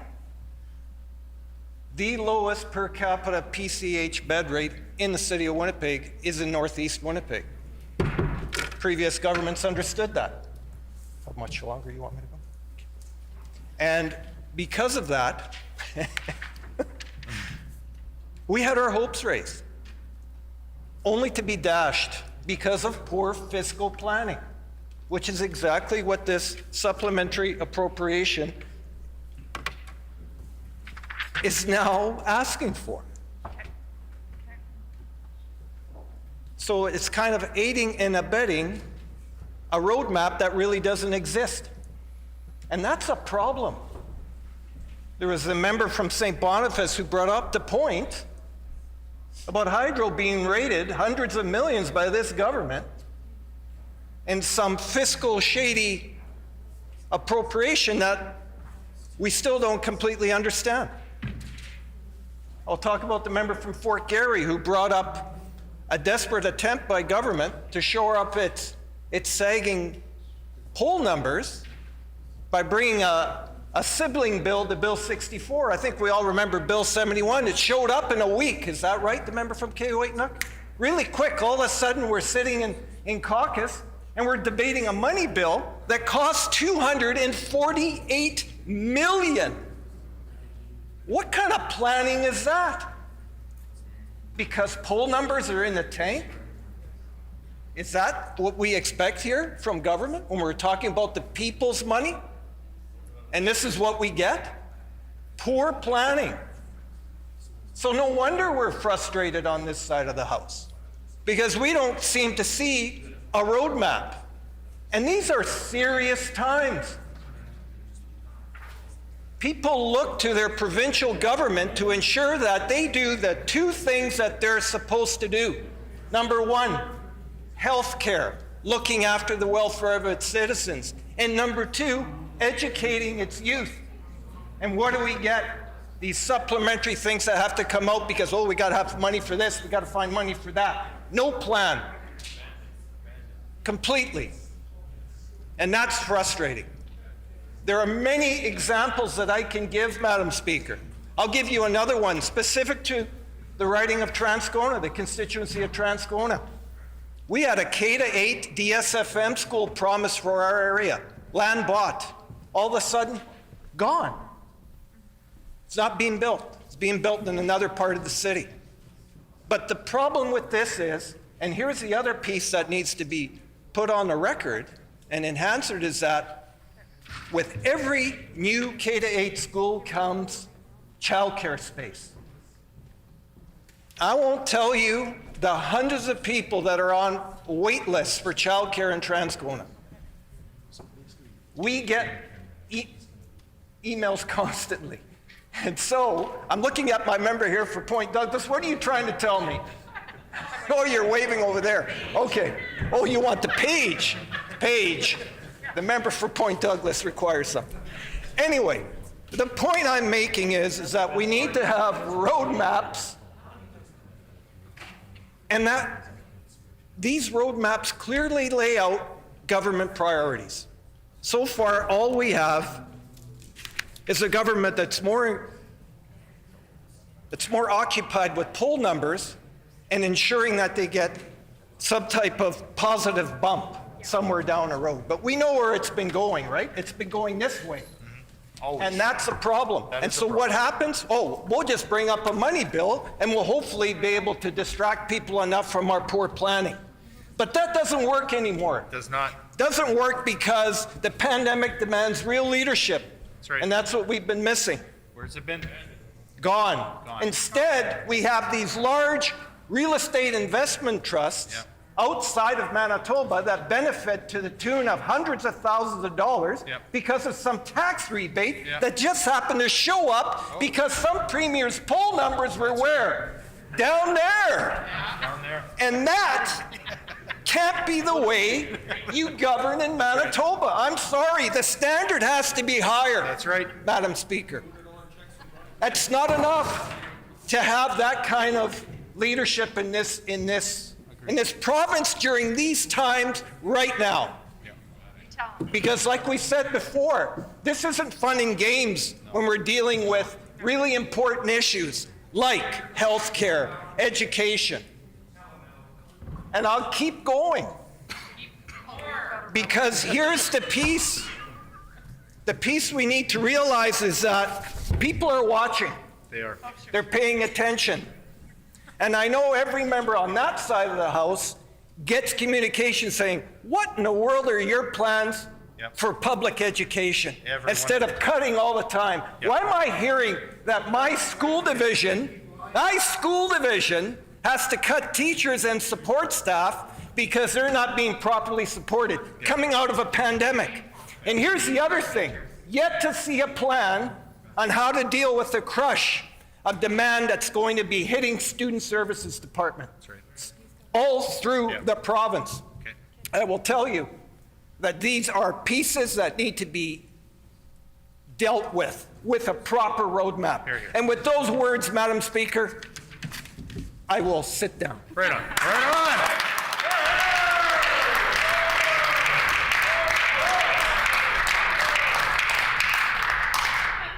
Are there any other the honourable member for an order date? Oh, no.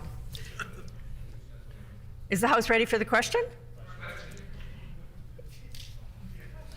It has.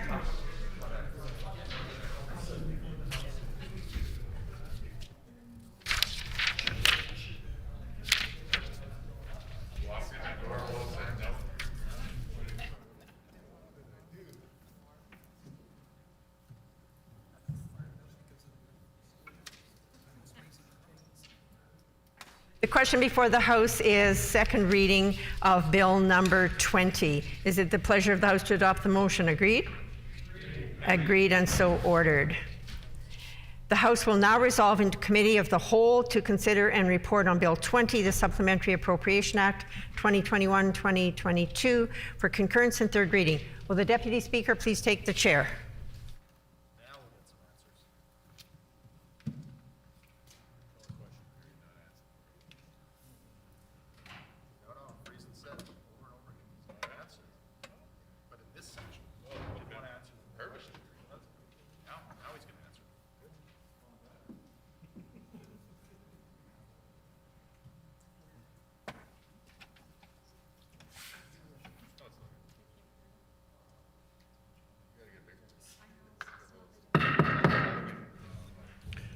Will the Committee of the Whole please come to order? We will now consider Bill 20, the Supplementary Appropriation Act 2021-2022. Does the Honourable Minister have an opening statement? Honourable Minister. Thank you, Mr. Chairperson. I'm pleased to put some more detail on the record this afternoon in respect of the Supplementary Appropriation Act for 2021 and 2022. The opposition critic has asked for additional detail. I'm happy to answer and provide additional detail. $75 million that has been alluded to under education and early childhood learning. In that category, there's just over $60 million of funding through that Canada-Manitoba Early Learning and Child Care Agreement. And within that, and then addition to that is also just under $15 million for the Early Childhood Workforce Agreement, the ECWA.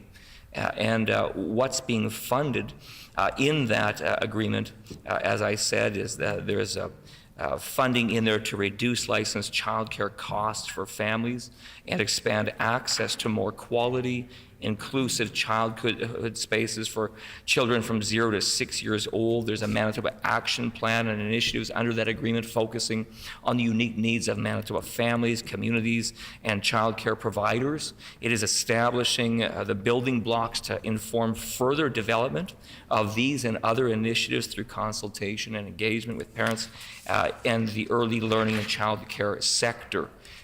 Under that early childhood workforce agreement, there is funding being provided that will support the retention, recruitment, and growth of early childhood educator workforce. I know the opposition members and the members of the government will all want to support these measures in that they increase wages for eligible current staff.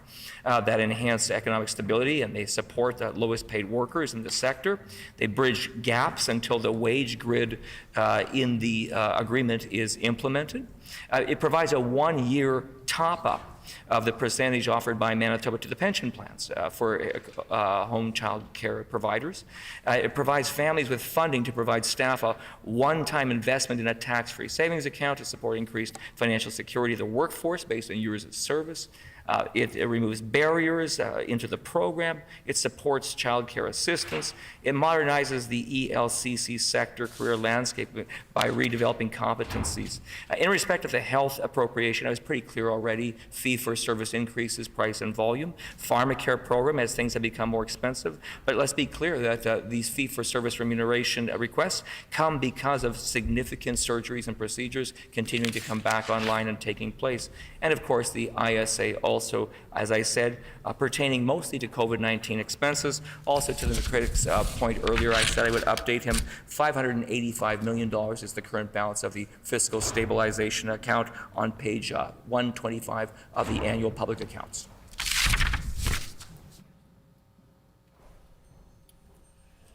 We thank the minister. Does the official opposition critic have a statement?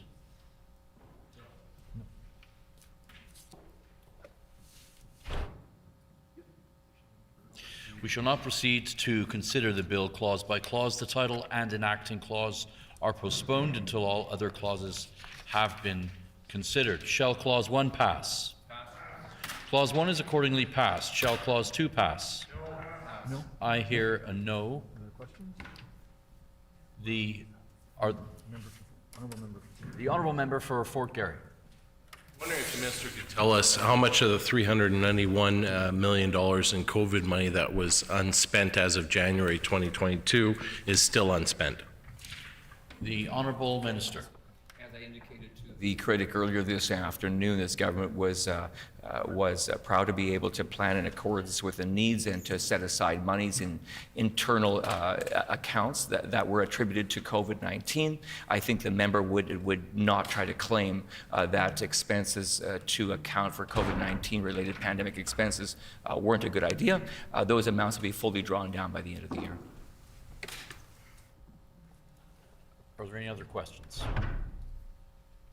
The honourable member for Fort Garry. The $100 million in internal adjustments, I'm wondering if the minister can break down where that money is planning to go. The honourable minister. The $100 million indicated authority that's being sought is also attributed primarily towards COVID-19 related expenses. Of course, that the critic understands that these are supplementary appropriations, and we vote them as an insurance. If they are not expended fully, then those amounts will lapse, and that will be reported in the public accounts. But clearly also in that last number of weeks, rising fuel costs and geopolitical risks that are increasing in respect of the Ukraine situation always reminds us as a government and as legislators that we must be prudent and plan for that which we can see, but also that which we cannot clearly see. The honourable member for Fort Garry. The $26 million for pharmacare, I'm wondering if the minister can break that out and explain where that's going specifically. The honourable minister.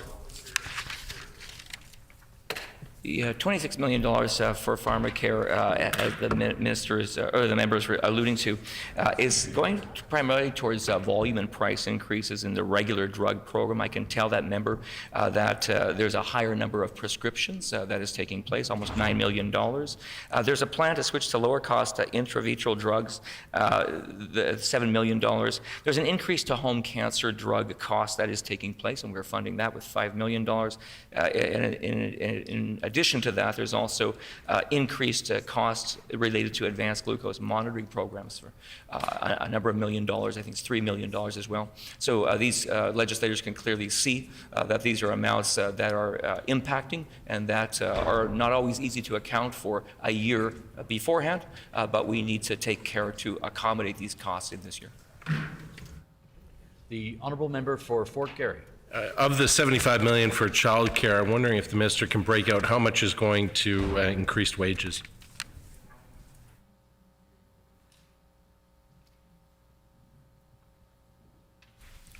The honourable minister.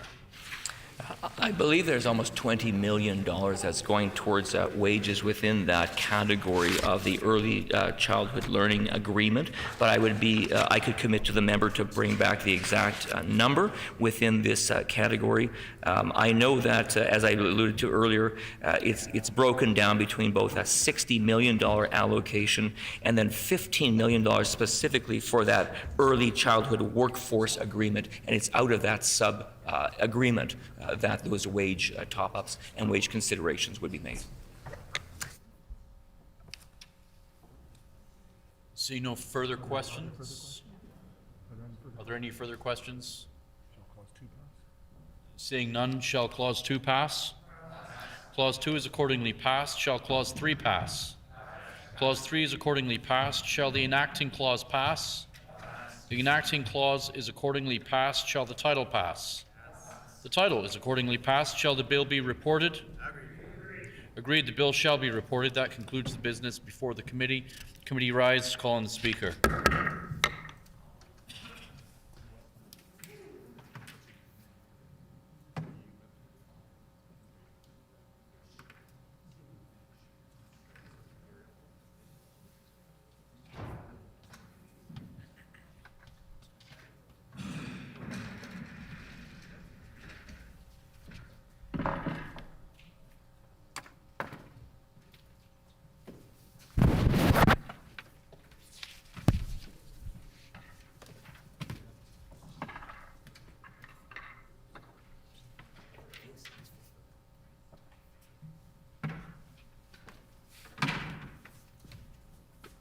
The honourable member for Rossmere.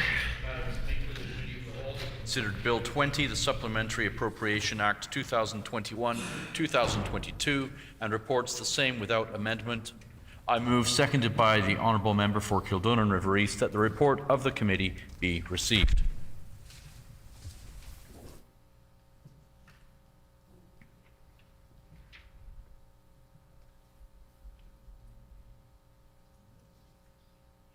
It has been moved by the honourable member for Rossmere, seconded by the honourable member for Kildonan River East, that the report of the Committee of the Whole be received. Agreed?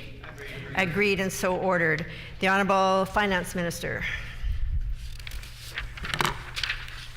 Thank you, Madam Speaker. I move, seconded by the Minister responsible for Economic Development, Investment and Trade, that Bill number 20, the Supplementary Appropriation Act 2021-2022, reported from the Committee of the Whole, be concurred in and be now read for a third time and passed.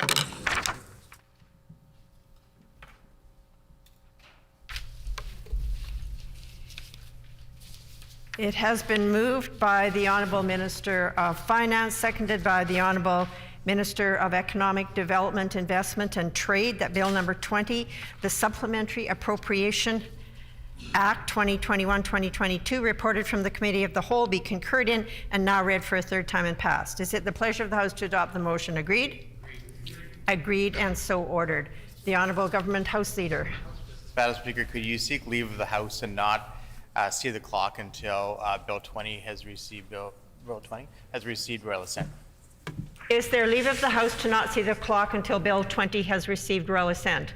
Agreed? Agreed, and so ordered. The House will now prepare for royal assent.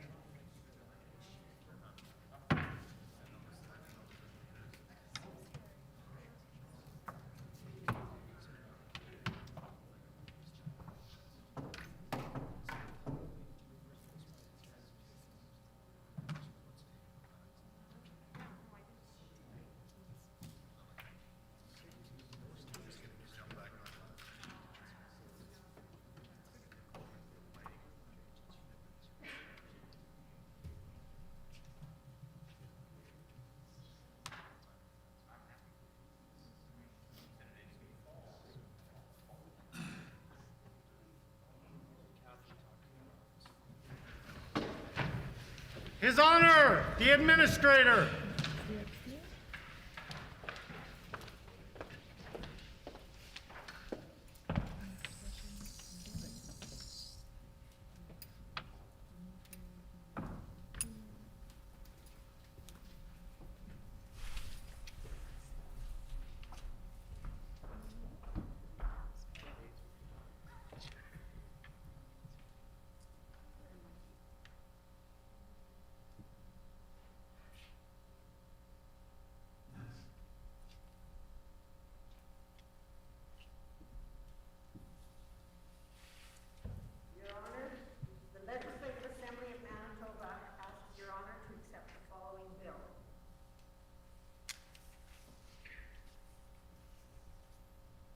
Number 20, the Supplementary Appropriation Act, 2021-2022. Loi portant affectation supplémentaire des pays pour l'exercice 2021-2027.